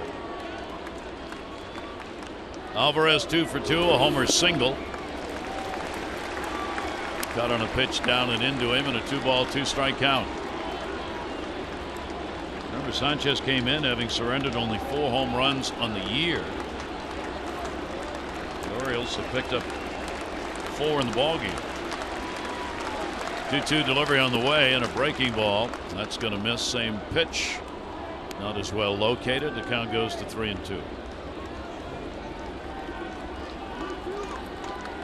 Jones led it off for the homer. Davis a 2 RBI homer. Wieters a 2-out solo shot. 3-2 pitch, and he's on with a walk. And Sanchez really unhappy with the call. Hands on hips after that one. 3rd walk.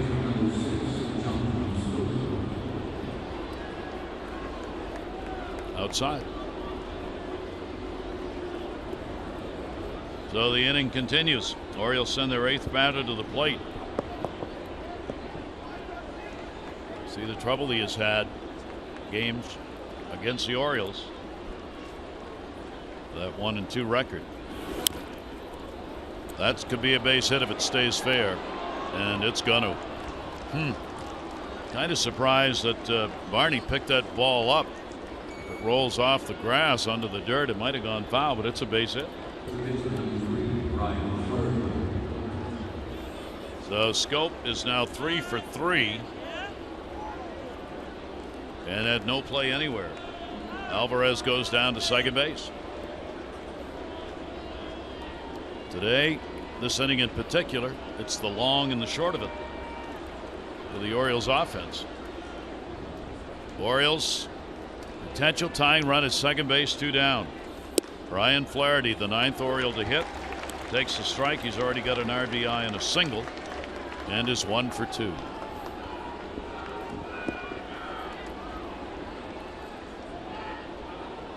Alvarez the lead runner. Scope 3 for 3 with 3 singles on at first. Takes the big rip. 0-2.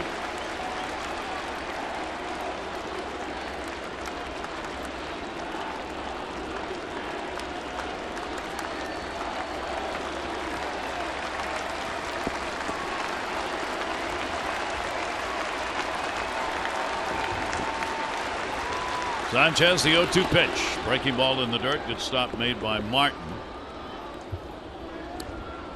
Each team now double digits in hits with 10. And the offense is alive halfway through this game. The Orioles, they have now had 8 multi-home run games in June. Adding this one to the list. 1-2 delivery. Flaherty takes it, and a called strike. 7th strikeout for Sanchez with the Orioles bat around. And again, it's all about the long ball. Adam Jones led it off with his 10th. Davis with a runner on. 2 RBIs. Wieters solo shot. The Orioles have cut it to 7-6.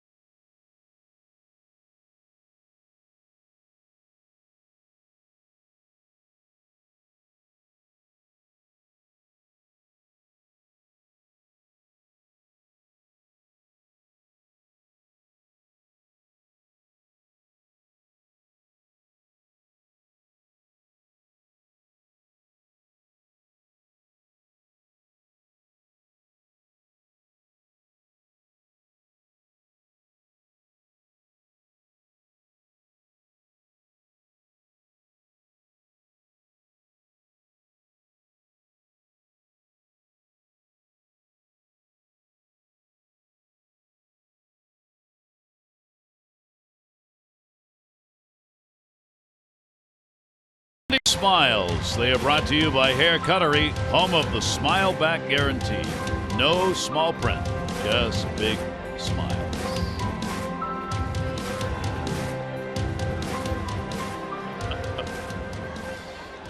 Why wouldn't he be happy, right? All right, a 7-6 ball game. Worley on. Jimenez started, 5 runs, 6 hits in the third of an inning. Worley on since. He has given up a couple of runs on 4 hits. The Orioles are right back. Ball's popped up behind second base. Manny Machado. Pilar is retired after delivering a home run his last time up.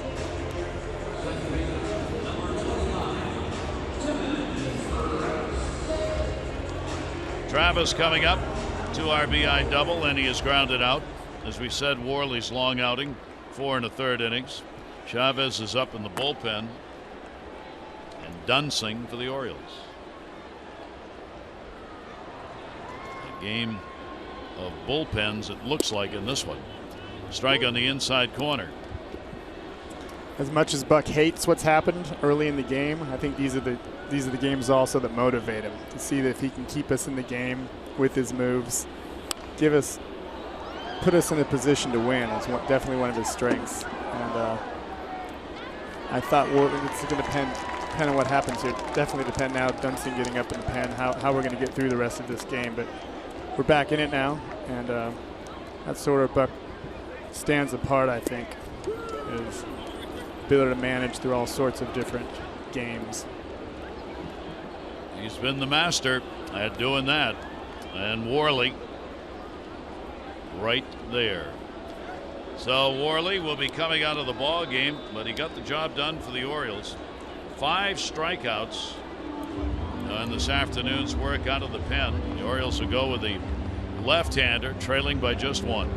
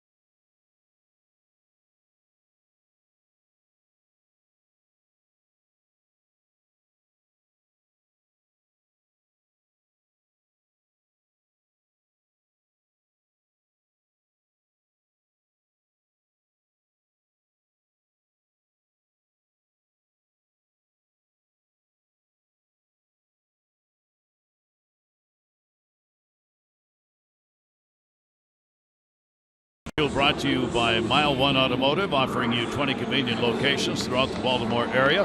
Visit them in store or online at mile1.com. Day off Monday. Red Sox coming up at Fenway Park for Tuesday, Wednesday, and Thursday.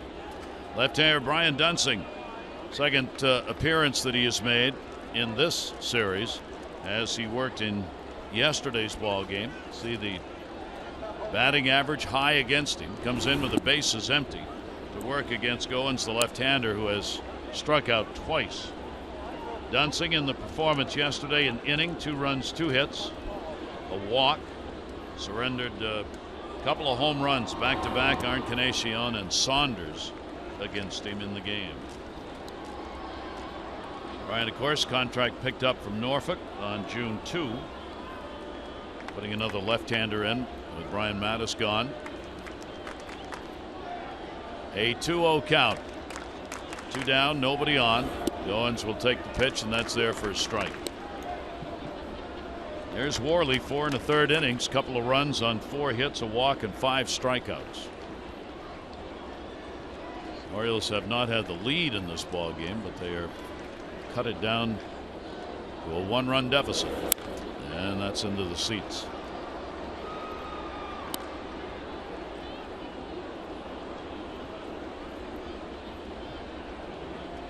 If you like offensive ball games, you're liking this one. 7-10-0 for Toronto, 6-10-1 for the Orioles. O's have left 6, 4 left on so far by the Jays. Wieters, Davis, Jones, Alvarez, home runs. 2-2 delivery on the way, and that ball lashed to left field. Kim going back, reaching, can't get it. Another one that hits right at the base of the wall. It'll be a 2-out double. Owens is in, second base. These balls are hit hard, but it's incredible how the ball's carrying today. I've never seen it like this. He got that pretty well, but I don't think he got that good. You could see he was looking, wondering if it was going to get over his head, and it hits the base of the wall. It's like a carpet of air. Yeah, these balls are traveling taking off. So that's hit number 11 for the Jays. 2 of those have hit right at the base, deadening the ball on Kim. Barney is going to be intentionally walked. Herrera, the left-handed batter, is on deck in the leadoff spot. Buck Showalter going with the book and get the matchup of lefty on lefty. Michael Givens getting ready in the bullpen.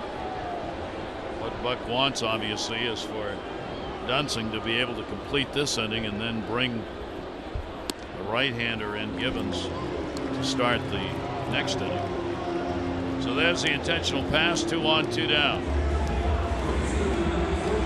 Herrera coming to the plate. The thing about Herrera, as we noted yesterday, he's 11 for 24 off left-handers. It's a .458 batting average against lefties.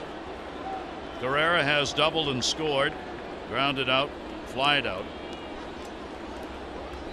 6 doubles have been picked up in the game by the Jays. And he'll foul that one back. 2 down. Dunsing looking for that big third out. Yeah, this is definitely his last batter. Donaldson on deck. Jays are 4 for 7 with runners in scoring position.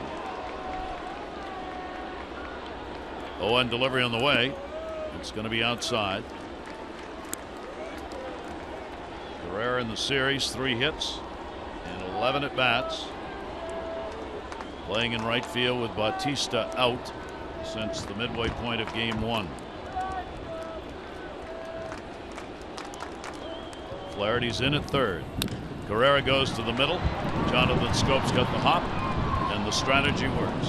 Herrera is retired. That'll do it. No runs, 1 hit, no errors, 2 left on. A 1-run ball game.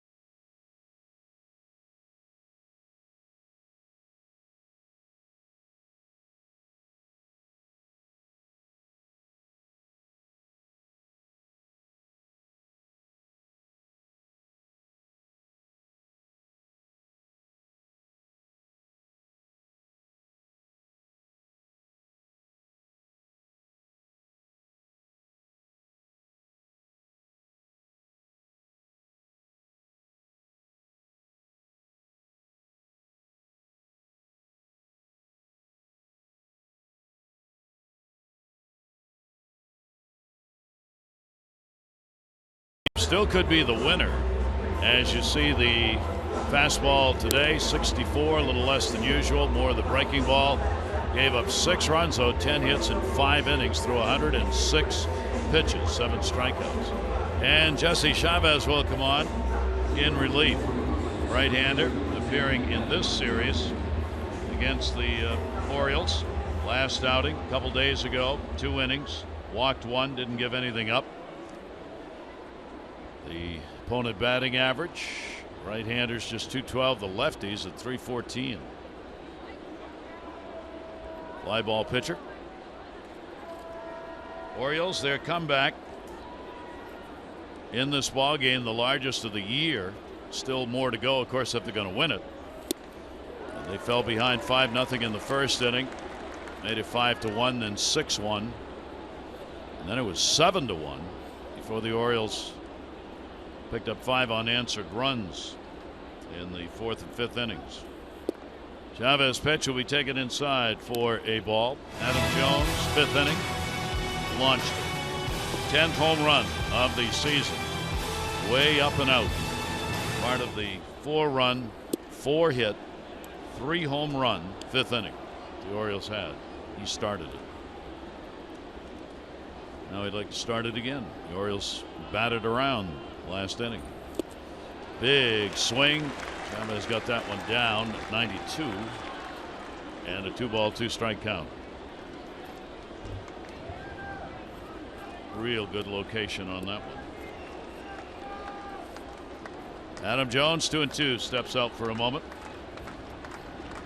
Adam is 4 for 8 off Chavez. There goes the bat. Over the dugout, into the seats. Everybody's all right. Adam toying with the fans that, here, I'll take the bat back. Maybe he really wants it. That's the home run bat, so he may go over and swap it. Definitely. That would crush me to give away a bat like that.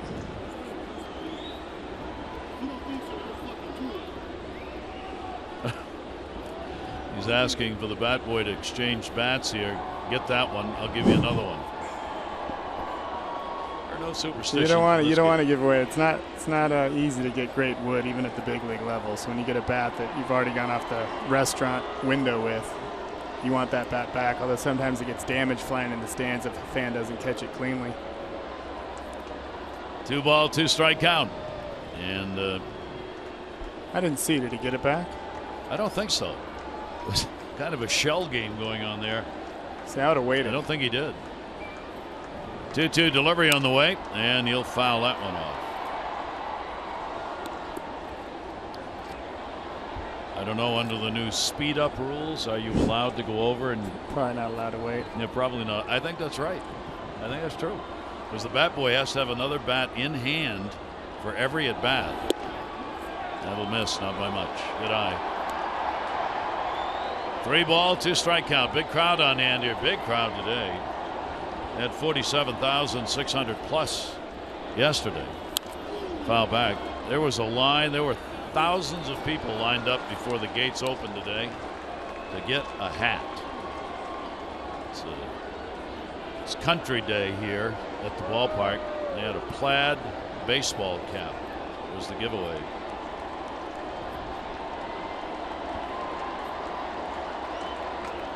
Three-two delivery on the way, and Adam on a foul tip.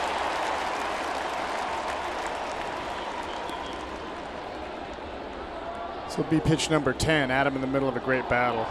These are the at-bats that when you do end up with a hit, somehow more satisfying than just a first pitch single or any other time in the bat when you have a real battle where you're deep in the count, 9, 10, 11 pitches.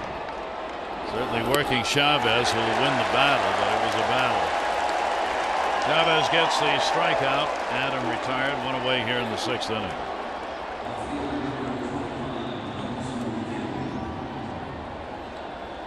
A riser. Even though the law of physics says from the mound to the plate you cannot get a baseball to go up. You certainly can get one to look like it. Pitch will be taken for a strike. Kim 0 for 2 and a walk in the ball game. Orioles batting. 1-run game. Pitch will be down low.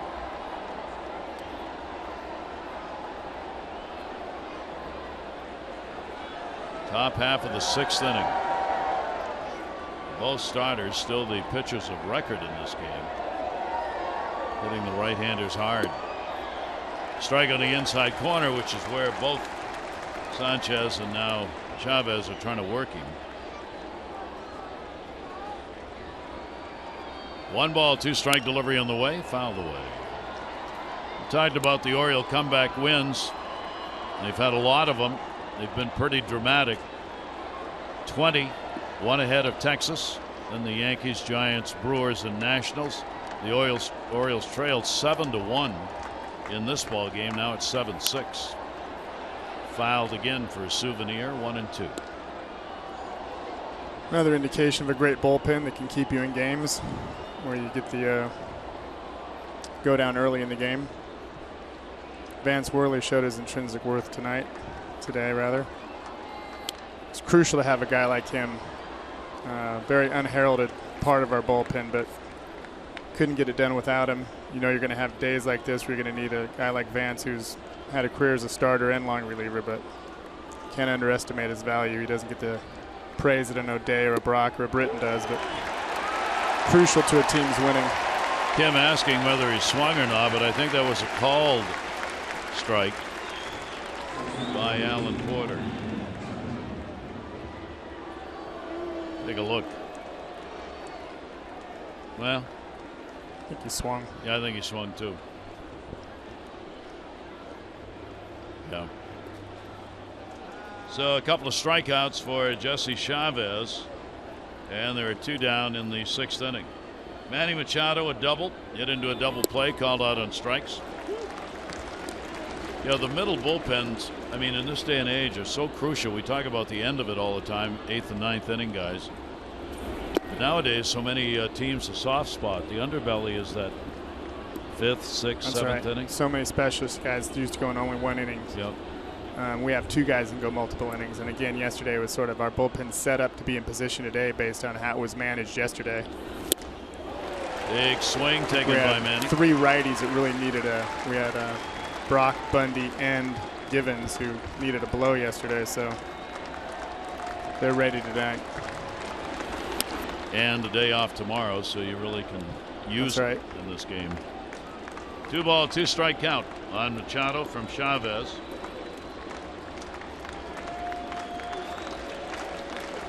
Manny 1 for 5 off the right-hander, who gets it in there and strikes the side out.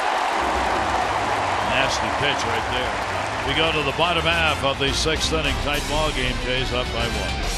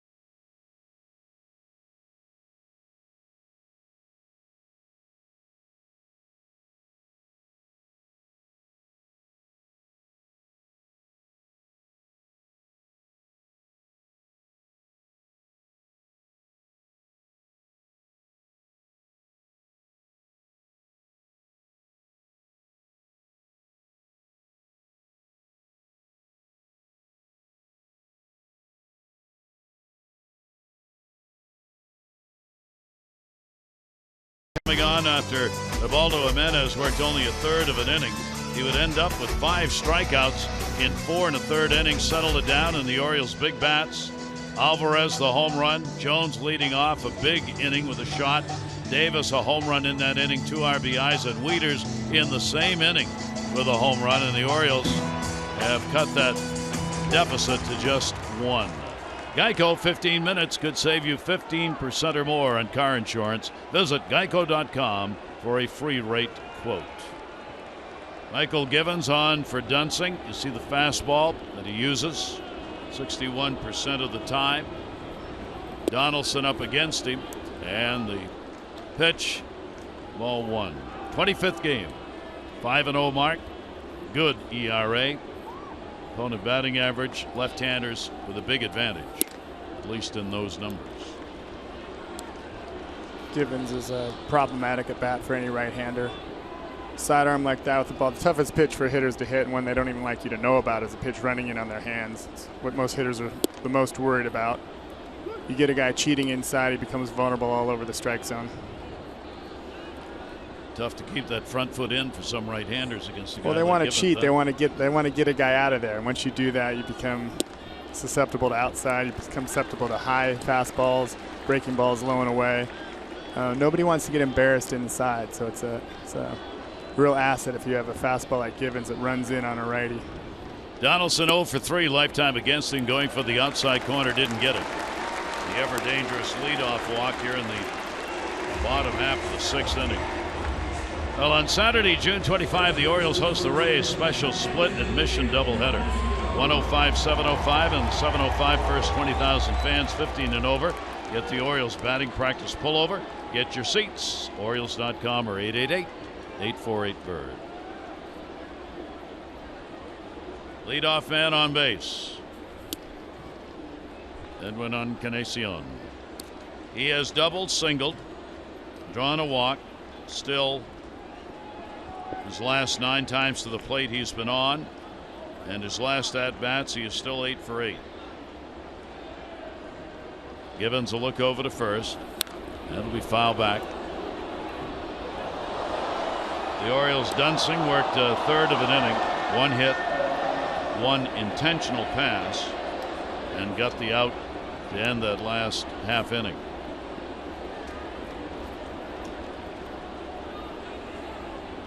Now Givens working against the middle of this order with Michael Saunders on deck.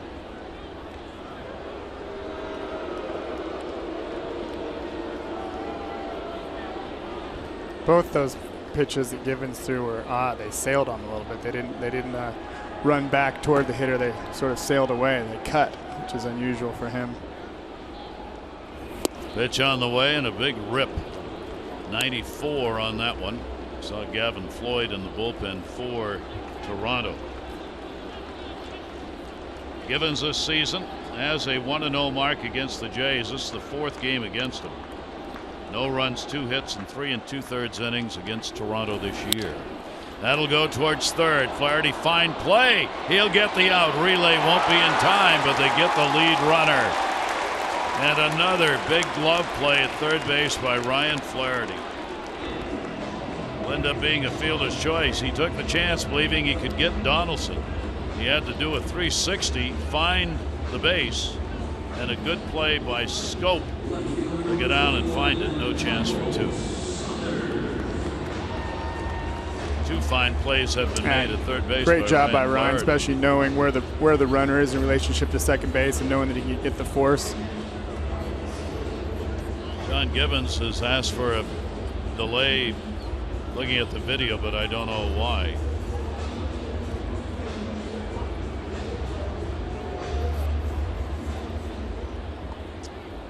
Probably looking at second base, but there'll be no challenge. So Flaherty, the good move, shaking his head, looking over at Givens. Here's Michael Saunders. Saunders shift on against him, a double play depth, 2 singles and a strikeout.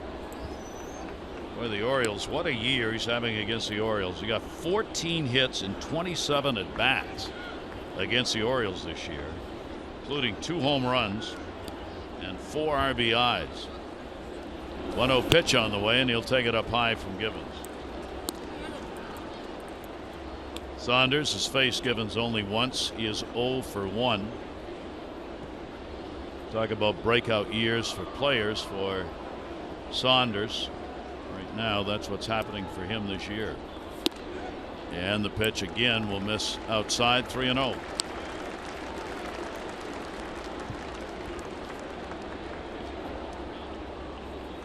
Saunders with the hot bat. He got a green light here in a 3-0 count. He's a veteran, 29 years old.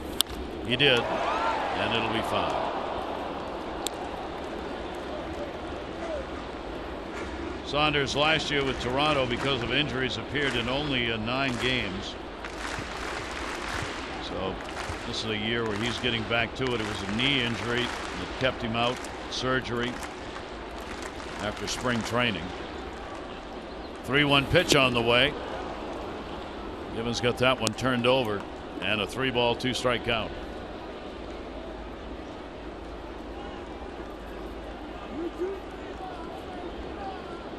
(3-2) runner at first base. Encarnacion with 1 out.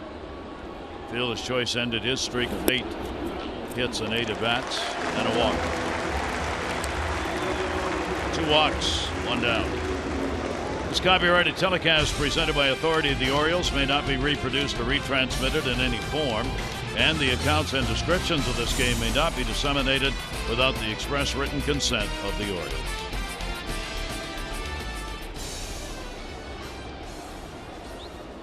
So with 1 away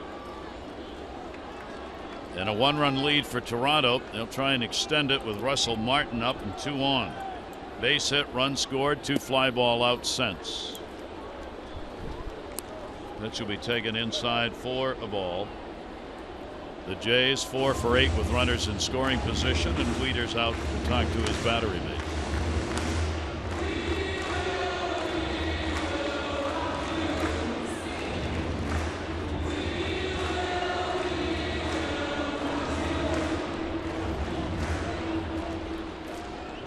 Martin getting his first look at Michael Givens. Not faced him before with an at-bat. Lifts the arms up, but it's on the corner.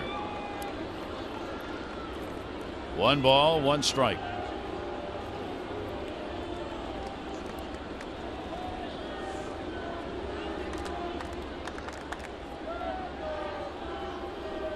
One delivery on the way, a blast. Way back, way back. Goodbye, home run.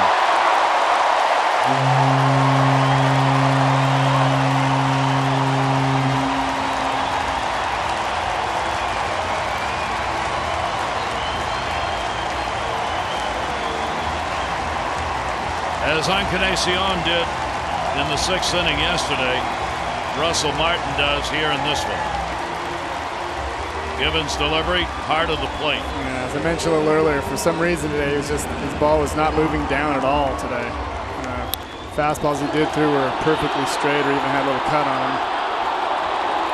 Russell Martin, who had struggled hitting under 200 prior to this series for the year, is heating up. 5th home run, 21 RBIs, and a 1-run ball game becomes a 10-6 game as the home runs continue to fly out of Rogers Center in this ball game. 2 hit by Toronto now on the day, and a swing and a miss Pilar, but those walks, oh those walks. 2 walks in the inning, 1 is scored, and he had a swap at first base on the fielder's choice with Donaldson and Encarnacion, so that runner really effectively a walk on the 2 that scored ahead of the homer. Questioning the call, Kevin Pilar.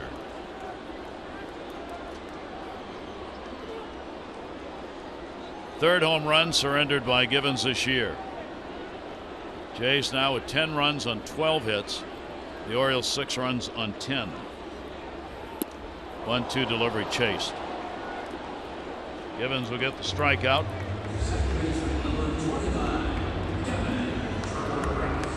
Ball moving way out of the strike zone, and Pilar just couldn't stay away. T.J. McFarland, left-hander, up in the bullpen for the Orioles.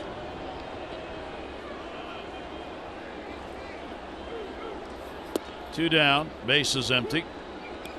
Devon Travis up. Travis a double, 2 RBIs in the first inning.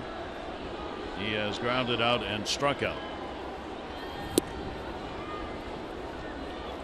And quickly behind on the count here, 0-2.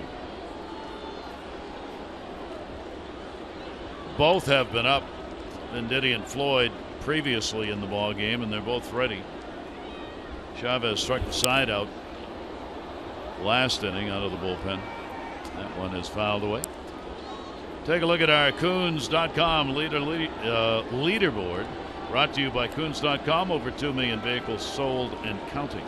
Strikeouts for relievers: 59 Betances, Miller, and then Michael Givens. Feliz and May follow in the top 5 K relievers in the league.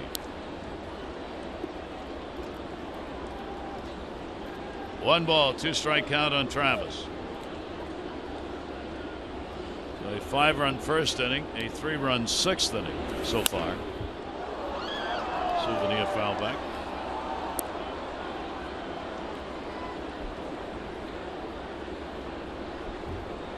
It's just not quite feeling with his fastball. The velo's great. The movement's lacking for him, which I think he's relying on his slider more than you would typically see out of Givens. 1-2, delivery on the way, gets the corner.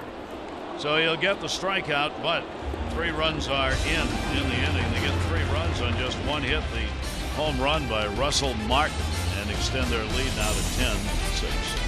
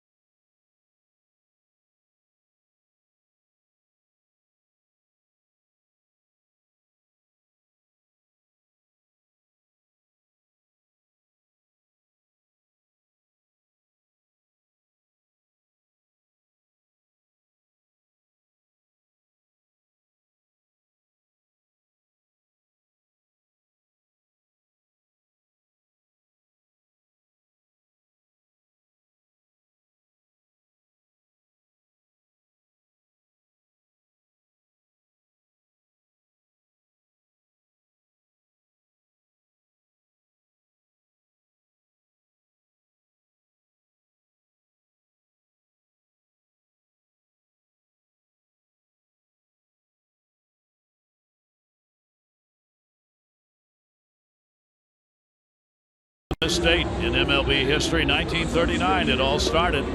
The Hall of Fame was dedicated on this date in Cooperstown, and the first group went in.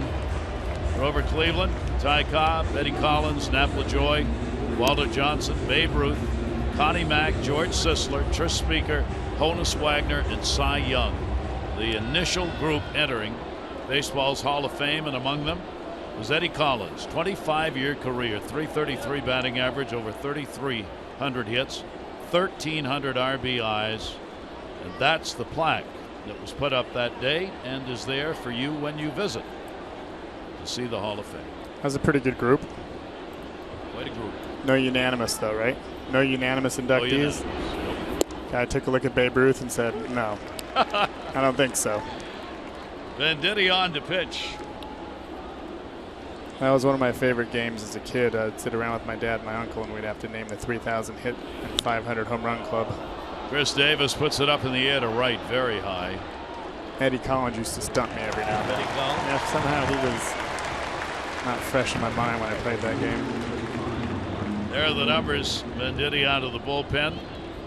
Big advantage, left-handers, than the average.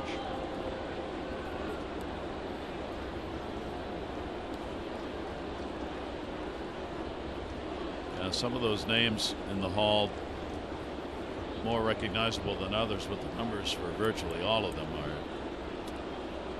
are unbelievable. Pitch will be taken down low for a ball. Trumbo The 0 for 3 in the ball game, 3 for 15 in this series. Breaking ball, he leaned out. Pitch wasn't there, let it go, and it's a strike. 10-12 and 0 for Toronto, 6-10 and 1 for the Orioles. Right-hander Venditti's delivery will be outside. Venditti has not worked in this series. He's been up a couple of times in the bullpen. He appeared against the Yankees last outing. Gave up 1 hit, 1 strikeout, 2/3 of an inning. That one is tagged by Trumbo, but it's going to be in the yard. In fact, it comes back, and Pilar comes in to get it, almost running into Michael Saunders. For every Orioles walk, Care First Blue Cross Blue Shield contributes $50 supporting Be More for healthy babies. The Orioles have drawn 196 walks, $9,800. Care First Blue Cross Blue Shield encourages each of us to take that first step towards a healthier and more active lifestyle.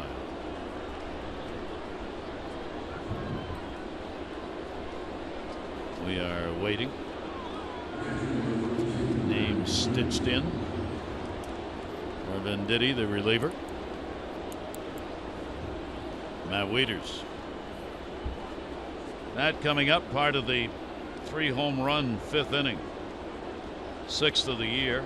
Solo shot. He has also struck out and popped out. Left-hander's delivery to him. For Matt this year, switch hitter. 206 right, 284 left. He's had 1 home run from this side of the plate. Obviously a lot fewer at bats. Only 34 at bats. Right-handed, 116 the other way. I think Matt's swing is more solid right-handed than left. The numbers vary because when you hit right-handed, the sample size is relatively small. Even if you play every day, you usually only get about 120 to 150 at bats off lefties. But his swing is really consistent right-handed, very solid. Gets him for a 1-2-3 inning. So the Orioles' last 7 have been retired. 7th inning stretch time. Jays up.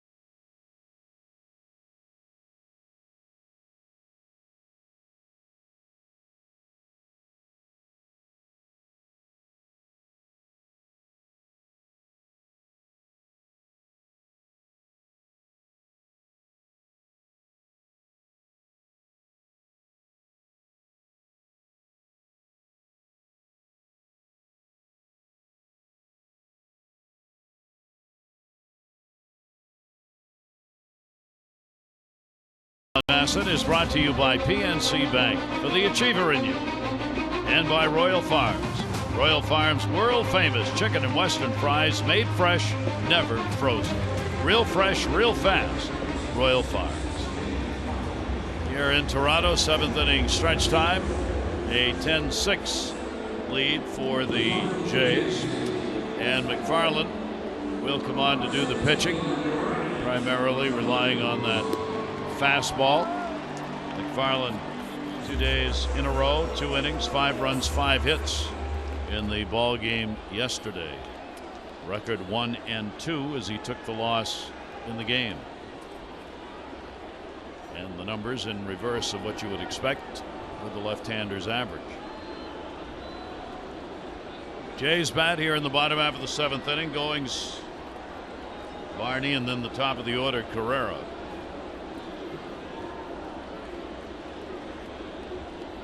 Ryan Goins takes the pitch down low. A double his last time up. He has struck out twice. Everybody in the lineup for the Jays has made a contribution one way or the other. It's going to be a tough out. Barehanded to get the out. 2 great plays right there. As McFarland a long way to get it, and Davis caught it barehanded. McFarland ended up in right field.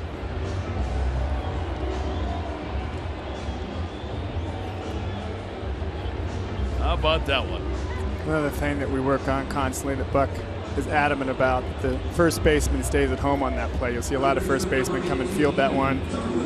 The batter will beat the pitcher to first base and you won't get any out there. So that's something that, again, is a little unusual, a little different than you'll see defensively with most teams. And that pitch by T-Jazz, when he started off with the first pitch curveball, a slider in the dirt, he throws that fastball. Even that pitch wasn't great location. He gets that weak ground ball to first base. I don't think he realizes how good that pitch is right there to a left-hander. Yeah, you'll be seeing that one on replays for a few months. Barney, intentional walk. He has struck out and flied out inside.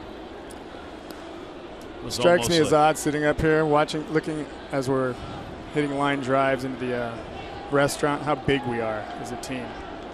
I mean, you go out throughout our lineup. Adam 6'4", 230.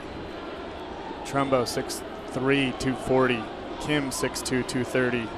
Machado, our shortstop, 6'2", 220. Scope 6'3", 240. Davis 6'3", 240. Flaherty 6'3", 210. And Wieters is actually the only person I've ever measured who claims to be shorter than he is.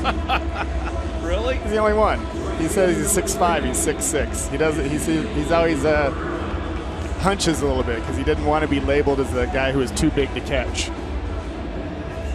Well, he's clearly it's a huge team. That. A very it is. Huge team, huge lineup.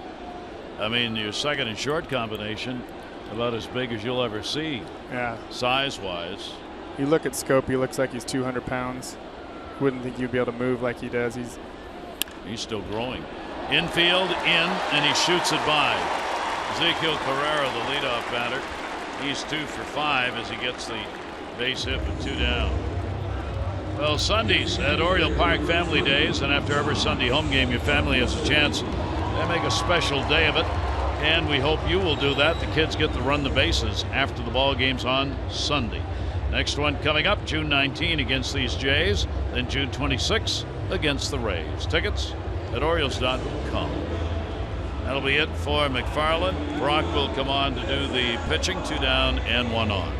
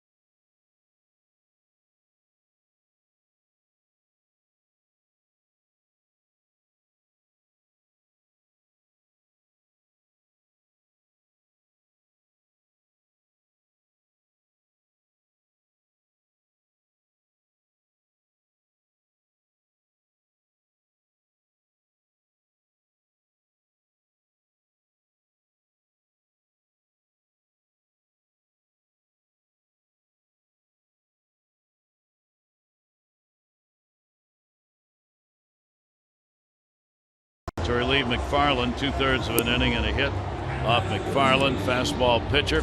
Outstanding numbers with that 1.08 ERA. A couple of saves, 5 opportunities. Righties virtually nothing against him, and left-handers not a whole lot better at 237. Fly ball pitcher. Comes in here with 2 down. Carrera's on at first base. Big speed over there. And Donaldson at the plate. Donaldson RBI double and a walk. 1 for 3 in the game. And Brock will try and keep that runner close. Worked a day ago, a couple days ago now actually.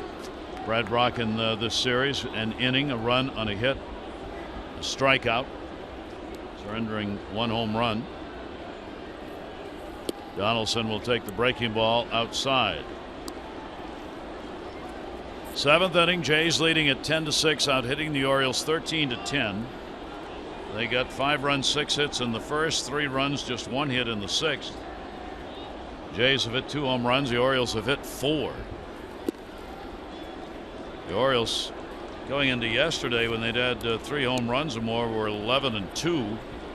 They lost 11-6 yesterday, and they had 3 home runs. Now they got 4 home runs in this game, but still trail by 4. Carrera with the base stealing numbers. 2-0 delivery by Brock, and that's there for a strike.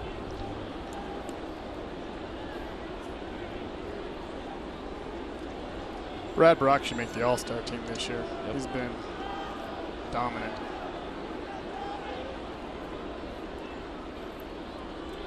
Two-one delivery to Donaldson. That's outside. Count will go to 3-1. Major League Baseball with the managers, GMs, everybody else involved in selecting pitchers. Buck will have a say in that. 3-1, 2 out. Skipped. Ball 4, 2 on. Jays threatening again. 2nd inning, they picked up a run with 2 down. Trying to get another 2-out RBI here in the 7th inning. Encarnacion will come to the plate. His big series has continued. A double in the 2nd inning would score, RBI, and a single in the 1st inning. Sense has walked and has hit into a fielder's choice. He has crossed the plate 3 times in this ball game.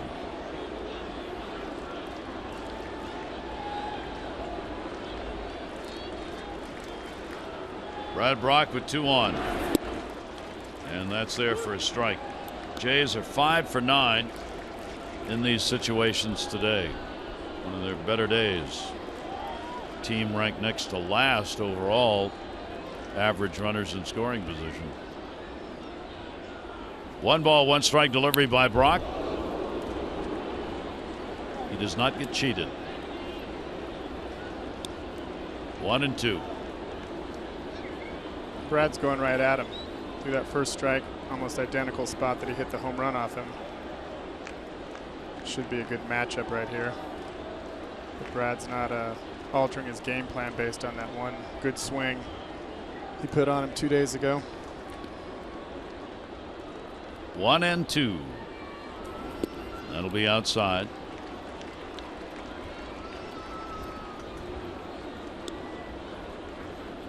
With the 2 hits he's put up today, 2 for 3 in this series, 6 for 14 with the 3 home runs and 8 runs batted in. It's about time for something off speed, I'd say. Yeah. Obviously, fastball hitter. 2-2 delivery on the way. Check swing. Did he go? Nope. Ball nard at first base. He will probably back it up with another one. 3 balls, 2 strikes, 2 down. Carrera at second base, Donaldson at first. They'll be off and running. Encarnacion, ground ball, Manny Machado up, going to make the play to first, and the strong arm gets it done. No runs on 1 hit, no errors. 2 are left on base. 7 complete. Outfield grass, that's where that arm is needed. And Manny Machado's got it. Jay's up.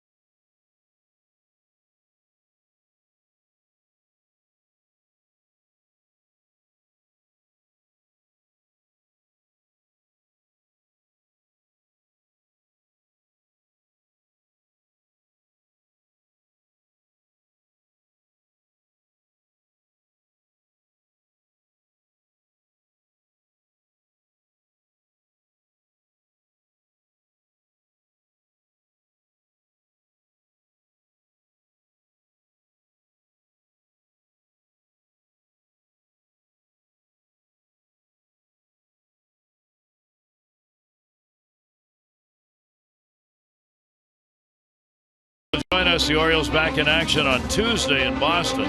They'll begin a 3-game set against the Red Sox. Chris Tillman on the mound against David Price. Coverage on MASN 2, 6:30 O's Extra, presented by Jeep, and up game coverage at 7. All the access you need right here on MASN. Red Sox, of course, red hot. 36-25, tied with the Orioles coming into today's play for the lead. Bogarts vying for MVP honors as he's just been out of this world. David Price, Stephen Wright, knuckleballer, former Oriole, Eduardo Rodriguez, scheduled starters. Those lead the series 4-3 going into Boston. They did not see Price in the last series, will in this one.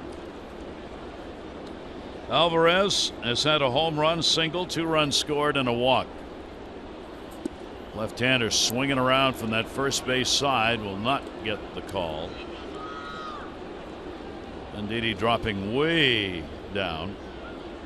Alvarez, Scope, and Flaherty were in the 8th inning. 1-1 delivery on the way.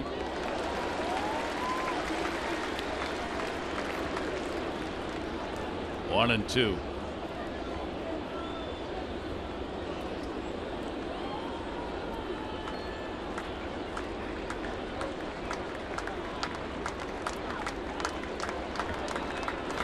Left-hander's pitch will just miss away. Rays have got a 5-0 lead on the Astros. They're in the 8th inning of their ball game as they try and hold within some closeness in the East. Swing and a miss. Second strikeout, 2 in a row for the left-hander. Orioles have now struck out 12 times in this ball game. Sanchez, the starter, had 7. Chavez worked an inning and struck the side out, and then the left-hander's got 2. One down.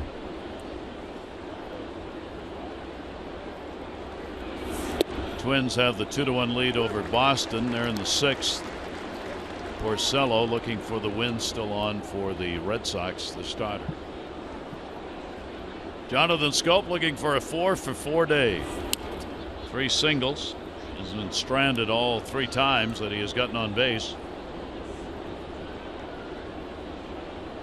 And a 1-ball, 1-strike count. A delivery is going to be right there.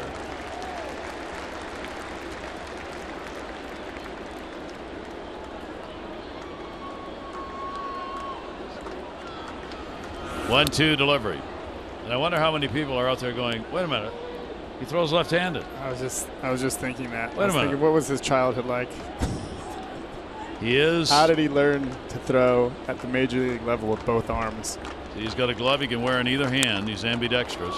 We were just talking about that yesterday, how there's a situation in the minors with a switch hitter and a pitcher who threw from both sides. And every time the pitcher switched gloves, the hitter hopped in the other batter's box, and that went on for a while. And the rule is the hitter gets to decide. Switch hitter gets the advantage. I think it's fascinating using both sides of your body. My daughter plays tennis, and since the time she was could stand up, I always have her practice with tennis with left hand, and even to this day she practices left-handed first. Ping pong, I always wanted to be ambidextrous to an extent, knowing that eventually she's going to dominate with one arm. Seeing something like this, it's phenomenal. It is. The major league level, and he gets 2 strikeouts, 1 left and 1 right. There's been other pitchers who have been able to do it, but not at this level. I don't think it's ever been done at this level. Greg Harris was one that comes to mind with the Red Sox, but he never threw to me left-handed. He had the ability that was said, and he had a glove that was made for throwing both ways, but he always threw to me right-handed. He just didn't have the same stuff at all left-handed. And the pitch will be in there for a strike. It really is phenomenal. Flaherty, an RBI base hit. He has struck out twice in the ball game. 2 down here in the 8th. Orioles down by 4.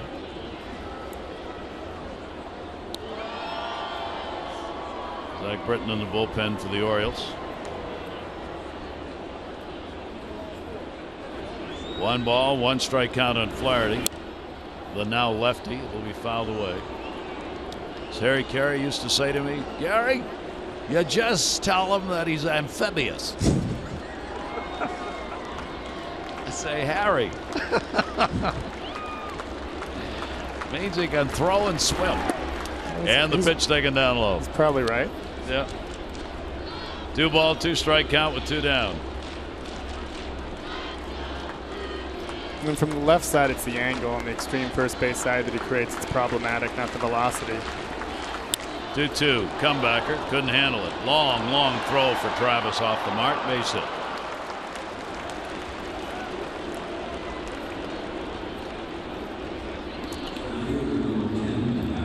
Just missed this one. An occasion where he needed to have 2 gloves. Just by him. It's a long off balance throw. So Flaherty's got a couple of hits, 2 for 4. It'll get Adam Jones to the plate.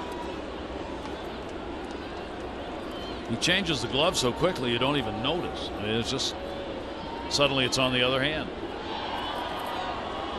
Adam, a home run in the 5th inning, his 10th. He's had a walk, 1 for 3 officially today. Joey Rickard can throw a ball 300 feet with his right arm. Played catch with him the other day. I had him play catch right-handed just to see. It's not quite as accurate, but it's strong.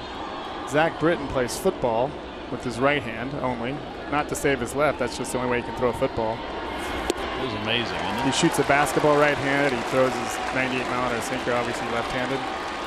I was training with him for about 4 straight years. At one point, he just looked at his brother and said, man, what was Dad doing? There he is, left-handed. 0-2 delivery on the way. Launches one. That's to left field. Going back. Michael Saunders at the wall. Goodbye. Home run. Adam Jones, and the Orioles are back in it again. That is his 2nd home run of the ball game, number 11 on the year. This one is good for 2 RBIs, and the Orioles make it a 2-run game. Their 5th home run of the ball game. 2 by Adam, staying to the big part of the field again. I think that was an off-speed pitch. At the field, not the screen. Wow. Again, we were talking about earlier on the break.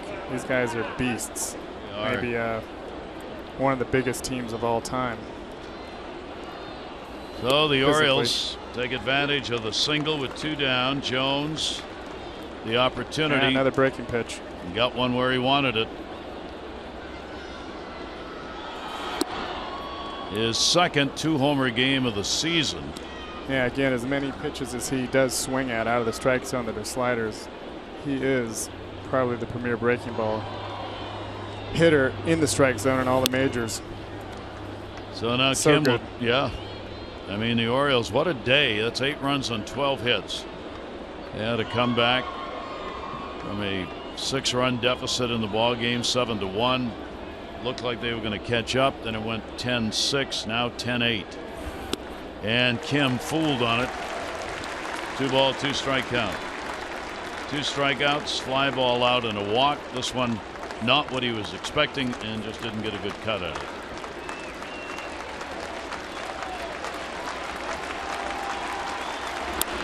Ground ball down to first, and Encarnacion will take it to the bag.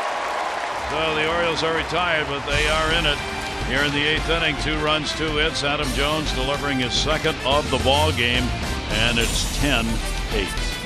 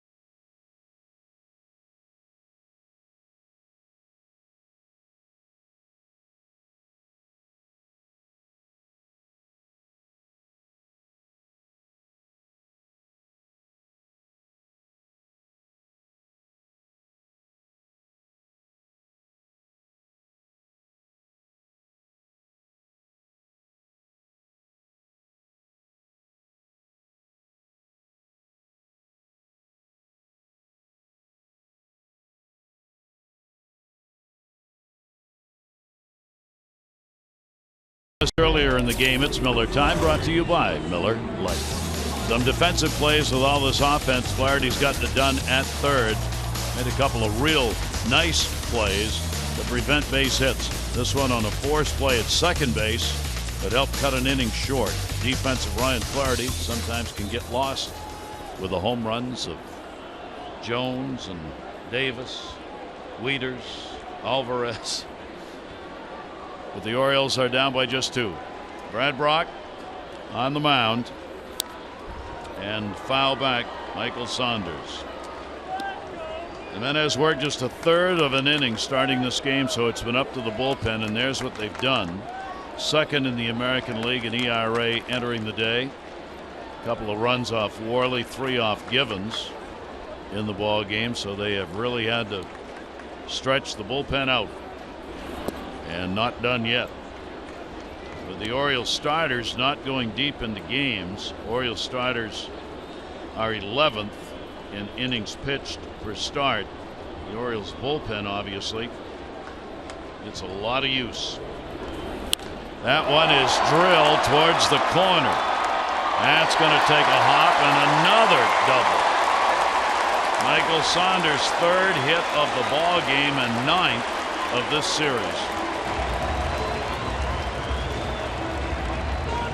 Just can't find a way to get him out. So he leads off the bottom of the 8th with one that was up by Brad Brock. He just doesn't miss right now. Got 8 doubles in the game by the Blue Jays. 5 for 10 runners in scoring position. Russell Martin another chance. 2 for 4, a homer, a single. Couple of fly ball outs. Saunders' big lead, so big that Brock will step off. Michael Saunders was halfway down to third base. Yeah, he looked like he wanted to go there. He's another guy who's emerging as a star. You saw that last swing, what leverage he had and the ability to have a huge weight shift, yet stop his weight shift on a dime once his front foot lands. Takes that one down low. Jason Grilli in the bullpen. 4-game series, you get to see about everything the opponent has, and they of you, from the way of pitching. 1-0 delivery. Started backing off. It'll catch the inside corner.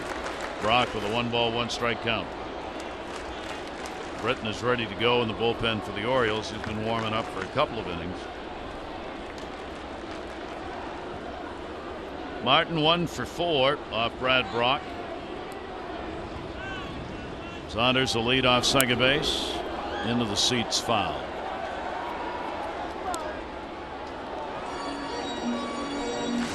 So Russell Martin happy to be able to top the Mendoza line finally. Real offensive struggles on the year. Jays will hope this is the beginning of a good stretch for him at the plate. 1-2. Reaching. Foul.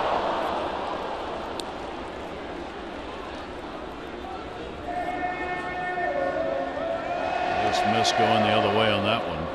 Saunders was already around third base.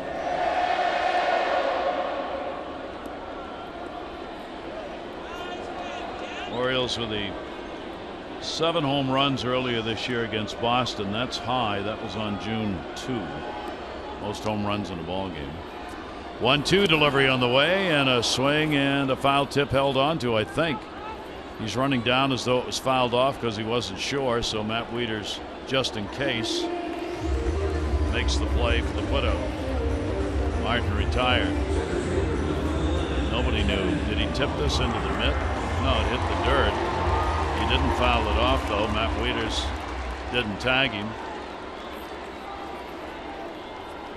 That's one of the drawbacks right there of trying to be a good teammate. He's trying to get the runner over and hit something on the right side on the ground, and when your mindset is like that, you have a tendency to swing low and out of the strike zone because you're so fixated on the right side that you tend to chase away, and particularly down. See what Pillar does with it here. Kevin Pillar with 1 out. He's had a home run his 4th, leading off the 3rd inning, a double and an RBI in the 1st inning. 2 for 4 ball game and a 7 for 16 in the series. Brock's delivery to him will be put up in the air to center. Jones, runner tags but doesn't go anywhere, and there are 2 down. Oriole fans, the 16 Esurance All-Star Game ballot is yours to cast. Head to Orioles.com/vote orange. Choose your favorite stars. Likes of Machado, Trumbo, Wieters, Davis vying for spots on the starting team, and you can vote often. You can do it right now at Orioles.com/vote orange. Could win an autographed jersey. Chance at some tickets. 2 down here. Devon Travis. A couple of strikeouts, ground out, and a 2 RBI double in the 1st inning. Runner at second base, 2 away now, 1-0. It's a great value of analytics. It starts to disprove certain notions, and the importance of getting a ground ball to third base with no outs is one of them. As the analytics become more and more prominent, you see things like sacrifice bunts, stolen bases go down, and particularly the importance of not getting caught stealing and eliminating a base runner. They're so hard to get. That's the beauty of proof and facts as opposed to hunches. That'll be out of play. Well, certainly the analytics are all around baseball in this day and age. There's not much that's not known about any hitter, pitcher, or situation. 1 ball, 2 strike count. There are 2 down here. Brock trying to end it. Keep it a 2-run ball game. It's a big potential run out there in a 2-run game here in the bottom half of the 8th. I always found that hard when there's a runner on second, no outs, and I knew instinctively I was expected to hit something, pull something on the right side, which I was also being taught as a young hitter to not try to pull the ball, and in certain circumstances I was supposed to be expected to pull the ball.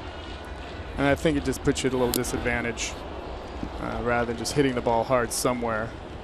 It's more advantageous. Some guys are great at it. A guy like Paul Molitor, he can put the ball wherever he wants. I'm sure it was no problem for him, especially from the right side. I think it's a little harder for a lefty to intentionally have to pull a pitch, especially if the pitcher's pitching you away and not giving you anything to do it with. I definitely think Martin was thinking about that, and you could see by the foul ball he hit down the right field line. Yeah. And I give him by the strikeout low in the dirt. Good job, Brad Braun gets the strikeout, leaves that leadoff double at second base. 3 up for the O's. Coming up, we'll be back.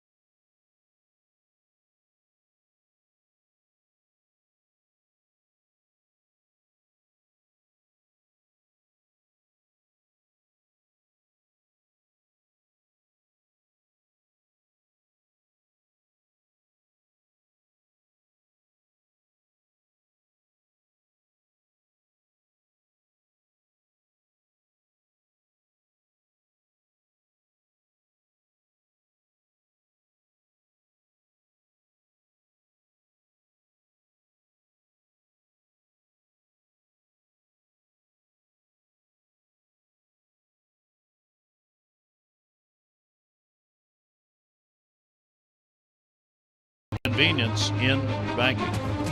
Orioles 3 outs to work with, trailing by 2 as they go to the 8th. Brady Anderson kind enough to join me here in the booth with Mike Bordick under the weather today with the flu bug. Appreciate it. Enjoyed it. Now we'll see what happens. You think I ought to keep doing it? Yeah. All right. Well, if you'll hire me again, see, then I can come back and keep working. That'd be all right. Standard long-term deal. Jason Gurley coming up. Try and finish it off. So Gurley will work here in the 9th inning. 10-14-0 for Toronto. 8-12-1 for the Orioles. And Manny Machado will lead it off. Machado a double, 1 for 4 in the ball game. Orioles want to get that potential tying run to the plate here in the 9th inning against Gurley. Manny 0 for 3 off the right-hander. Venditti worked 2 innings, 2 runs, 2 hits, 3 strikeouts. Through all of this, maybe the most amazing thing is the starting pitchers are still the pitchers of record. All these runs that have been scored and all the work by the bullpen. Still Sanchez with a chance to win his 6th. Jimenez could lose his 7th, depending on what happens here in the 9th inning. And it is obviously a save situation for Gurley. 1 ball, 1 strike count. Foul tipped. The mask goes flying. 1-2. It's about the 3rd time in this series we've seen this with Russell Martin on the plate. That does not feel good. Wow. Caleb tells me there's a huge difference between the hockey style masks and the older school mask. He said the absorption and the protection you get from the hockey style mask is far superior. I'm surprised more catchers don't do it. Matt uses the traditional mask. So does Russell Martin, but I think as time goes on, you'll see majority of catchers switch. Yeah, with all the concerns about the concussion situation, it always amazes me catchers don't have more problems in that regard. And the umpires as well. Yeah. They're particularly vulnerable. 2 ball, 2 strike count.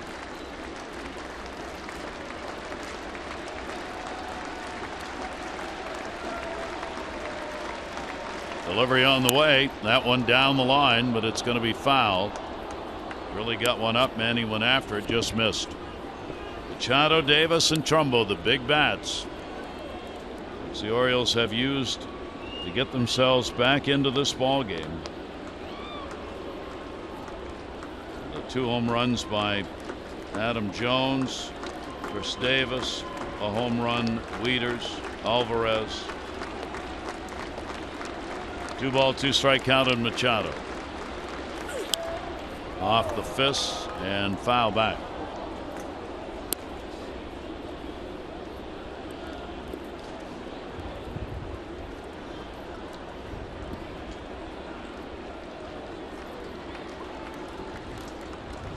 Really acquired to bolster this Toronto bullpen, which has struggled, and now getting a save opportunity in this game. 2 ball, 2 strike count.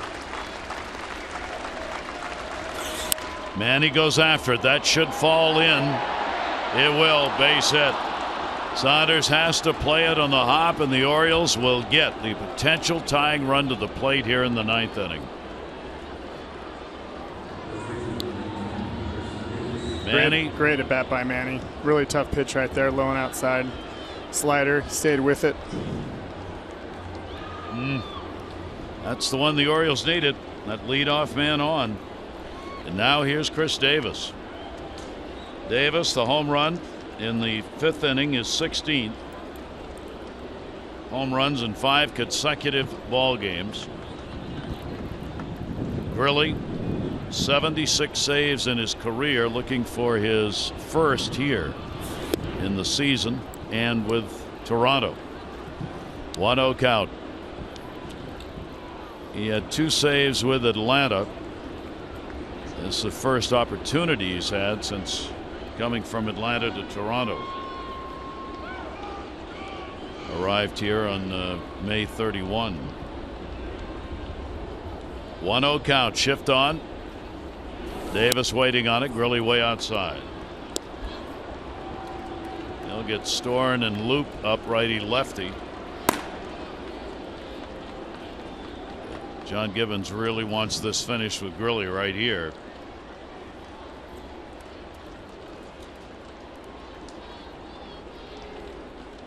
Two-0 the count. Chris Davis will be there at the knees for a strike. What a ball game this has been. It's had a life of its own, combining for 18 runs on 27 hits, 15 combined left on base. 2 ball, 1 strike count. Machado being held at first base. Encarnacion trying to get off the bag a bit after the pitch, and that's going to be way inside. So the count goes to 3-1. Davis with Trumbo waiting on deck.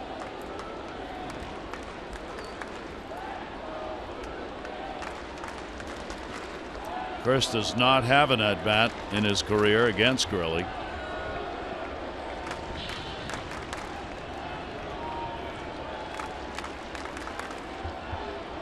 Three-1 delivery, and it'll go full.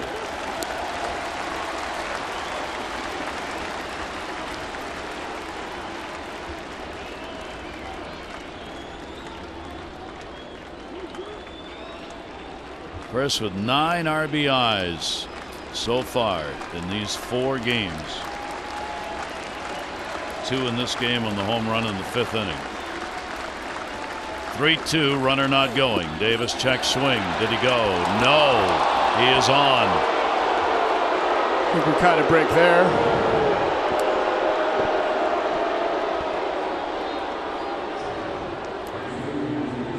On most occasions, that's strike 3. Orioles will take it.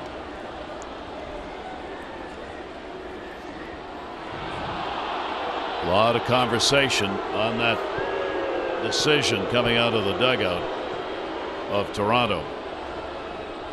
You're also seeing what we were talking about earlier, the stark contrast between these two teams and how they're comprised.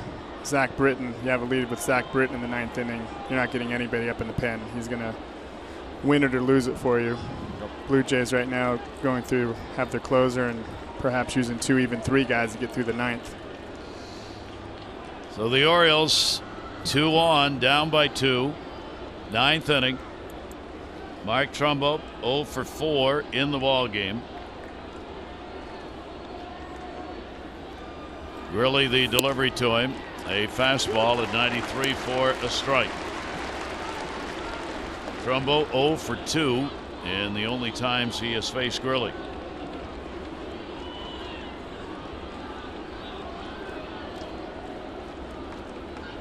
Gurley working yesterday against the Orioles, 1 inning, struck the side out, giving up 1 hit. 0-1 delivery on the way, check. That's up high and away, 1-1.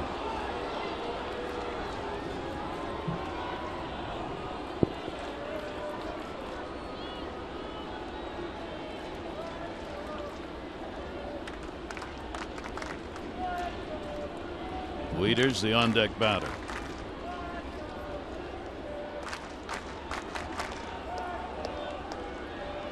One delivery on the way. That's going to be outside, so Trumbo will get ahead on the count, 2-1. Visit MassonSports.com/CareFirst. Vote for today's Care First Fearless Player of the Game. Live fearless with a name trusted for over 75 years. Care First, Blue Cross Blue Shield. Trumbo stepping out. Crowd silenced here with the Orioles getting 2 on. 2 ball, 1 strike count. Trumbo will swing through a heater at 92. And Gurley evens it up 2-2.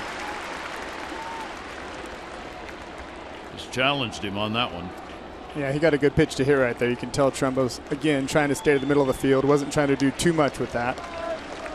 It's a little higher in the zone that he'd like to go after, but pretty good swing. 2 balls, 2 strikes. Machado second base. Davis at first. And a swing and a miss. And a reaction from Gurley as he gets a K. 1 out. So here's how he worked on Davis. See, set up away. Didn't get a call. Misses out of the zone. Then the big fastball challenge again right down the middle to get him.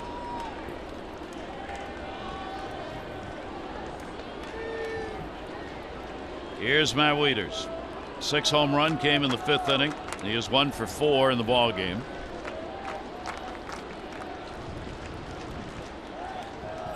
He sees Gurley for the first time. Matt delivering in that big 4-run, 4-hit, 3-home-run inning. This is home run number 6 on the season for him that brought the Orioles back into the ballgame. 1-0 count.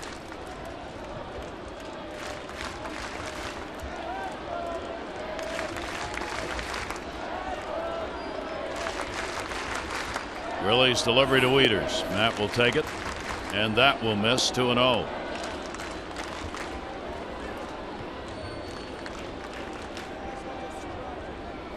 Orioles already have mounted the biggest comeback as far as runs are concerned, but not enough yet to get the lead. 2-0. They'd cut it to a 1-run deficit at one point. That's as close as they've gotten. Timeout asked for by Wieters.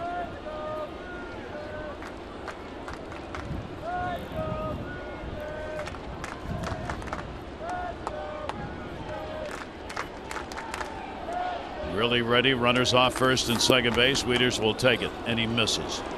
And the count goes to 3-0.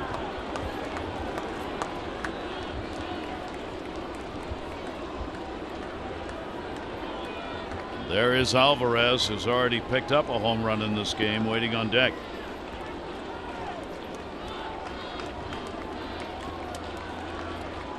Wouldn't be surprised if Wieters has the green light here. Really taking a long time, so Wieters backs off. You have to make up your mind, 3-0, that you're going to not be tentative. It's hard to do. Some guys can't hit 3-0. And he walked him on 4 straight, and the Orioles have loaded the bases in the top of the 9th inning with 1 away. I was interested in that because you saw how he got really excited after that strikeout. And I was a little more excitability than you're used to seeing out of a closer, especially with runners on first and second. You used to see guys like Eckersley do that, but that was genuine with nobody on base, and he was trying to annoy the opposing lineup. Also, it was just the first out. That's right. There's something I found odd about that. Like he was a little bit not certain of himself to be that excited after 1 out. Yeah, he got a long way to go. So the bases are loaded here in the top of the 9th. Sense. Yep. Alvarez has singled, homered, RBI, 2 runs scored. A potential tying run. Chris Davis at second base. And the pitch will be outside for a ball.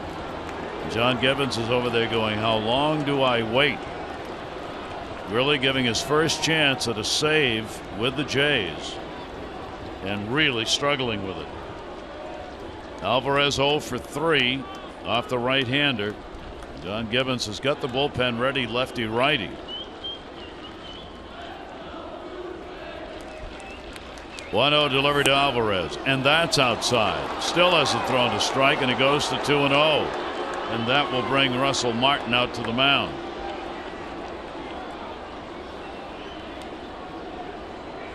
They are both ready. Loop and Storn have been throwing throughout the inning. Checking the lineup cards, Scope and Flaherty due up. Martin takes a slow walk back to let Gurley regroup.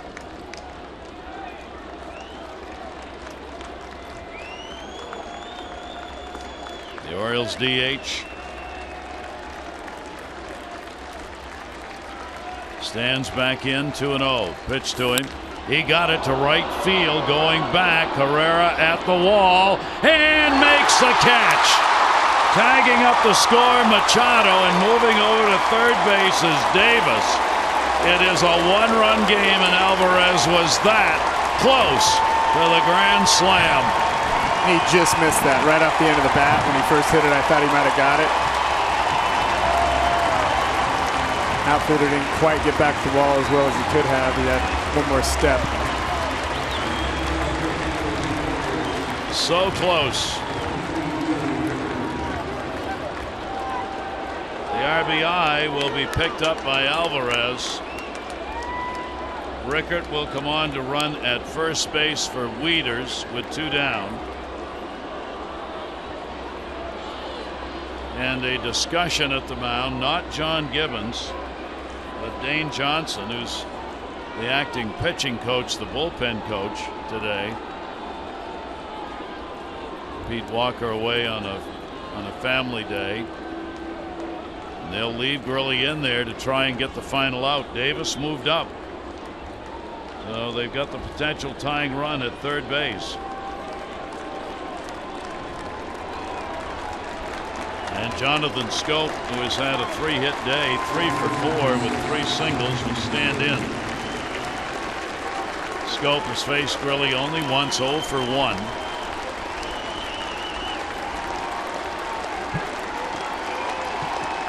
The Orioles have made it a 10-9 ball game.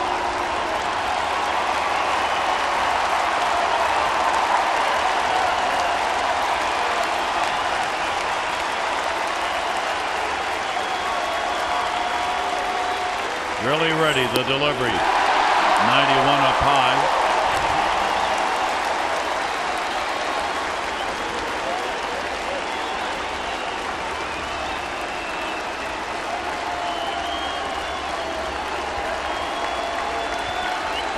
Chris Davis, Rickert, pinch runner.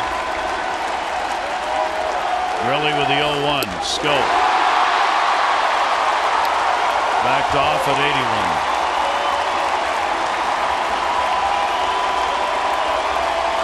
2 pitches up. Out in front of that one.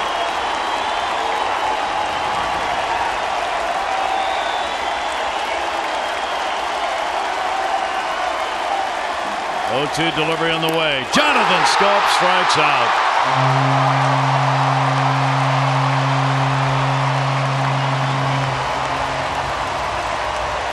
So the Orioles in the 9th inning come that close. They will pick up a run. Had only 1 hit. Really went after Schoop up with heat and gets it. The Orioles will leave 2 on. Brady Anderson, thanks so much. Thank you. Great Appreciate it, Jay. Great. What a ball game. So the Blue Jays take 3 out of 4 against the Orioles. There's your final as they win this one 10-9. We'll be right back to wrap it up.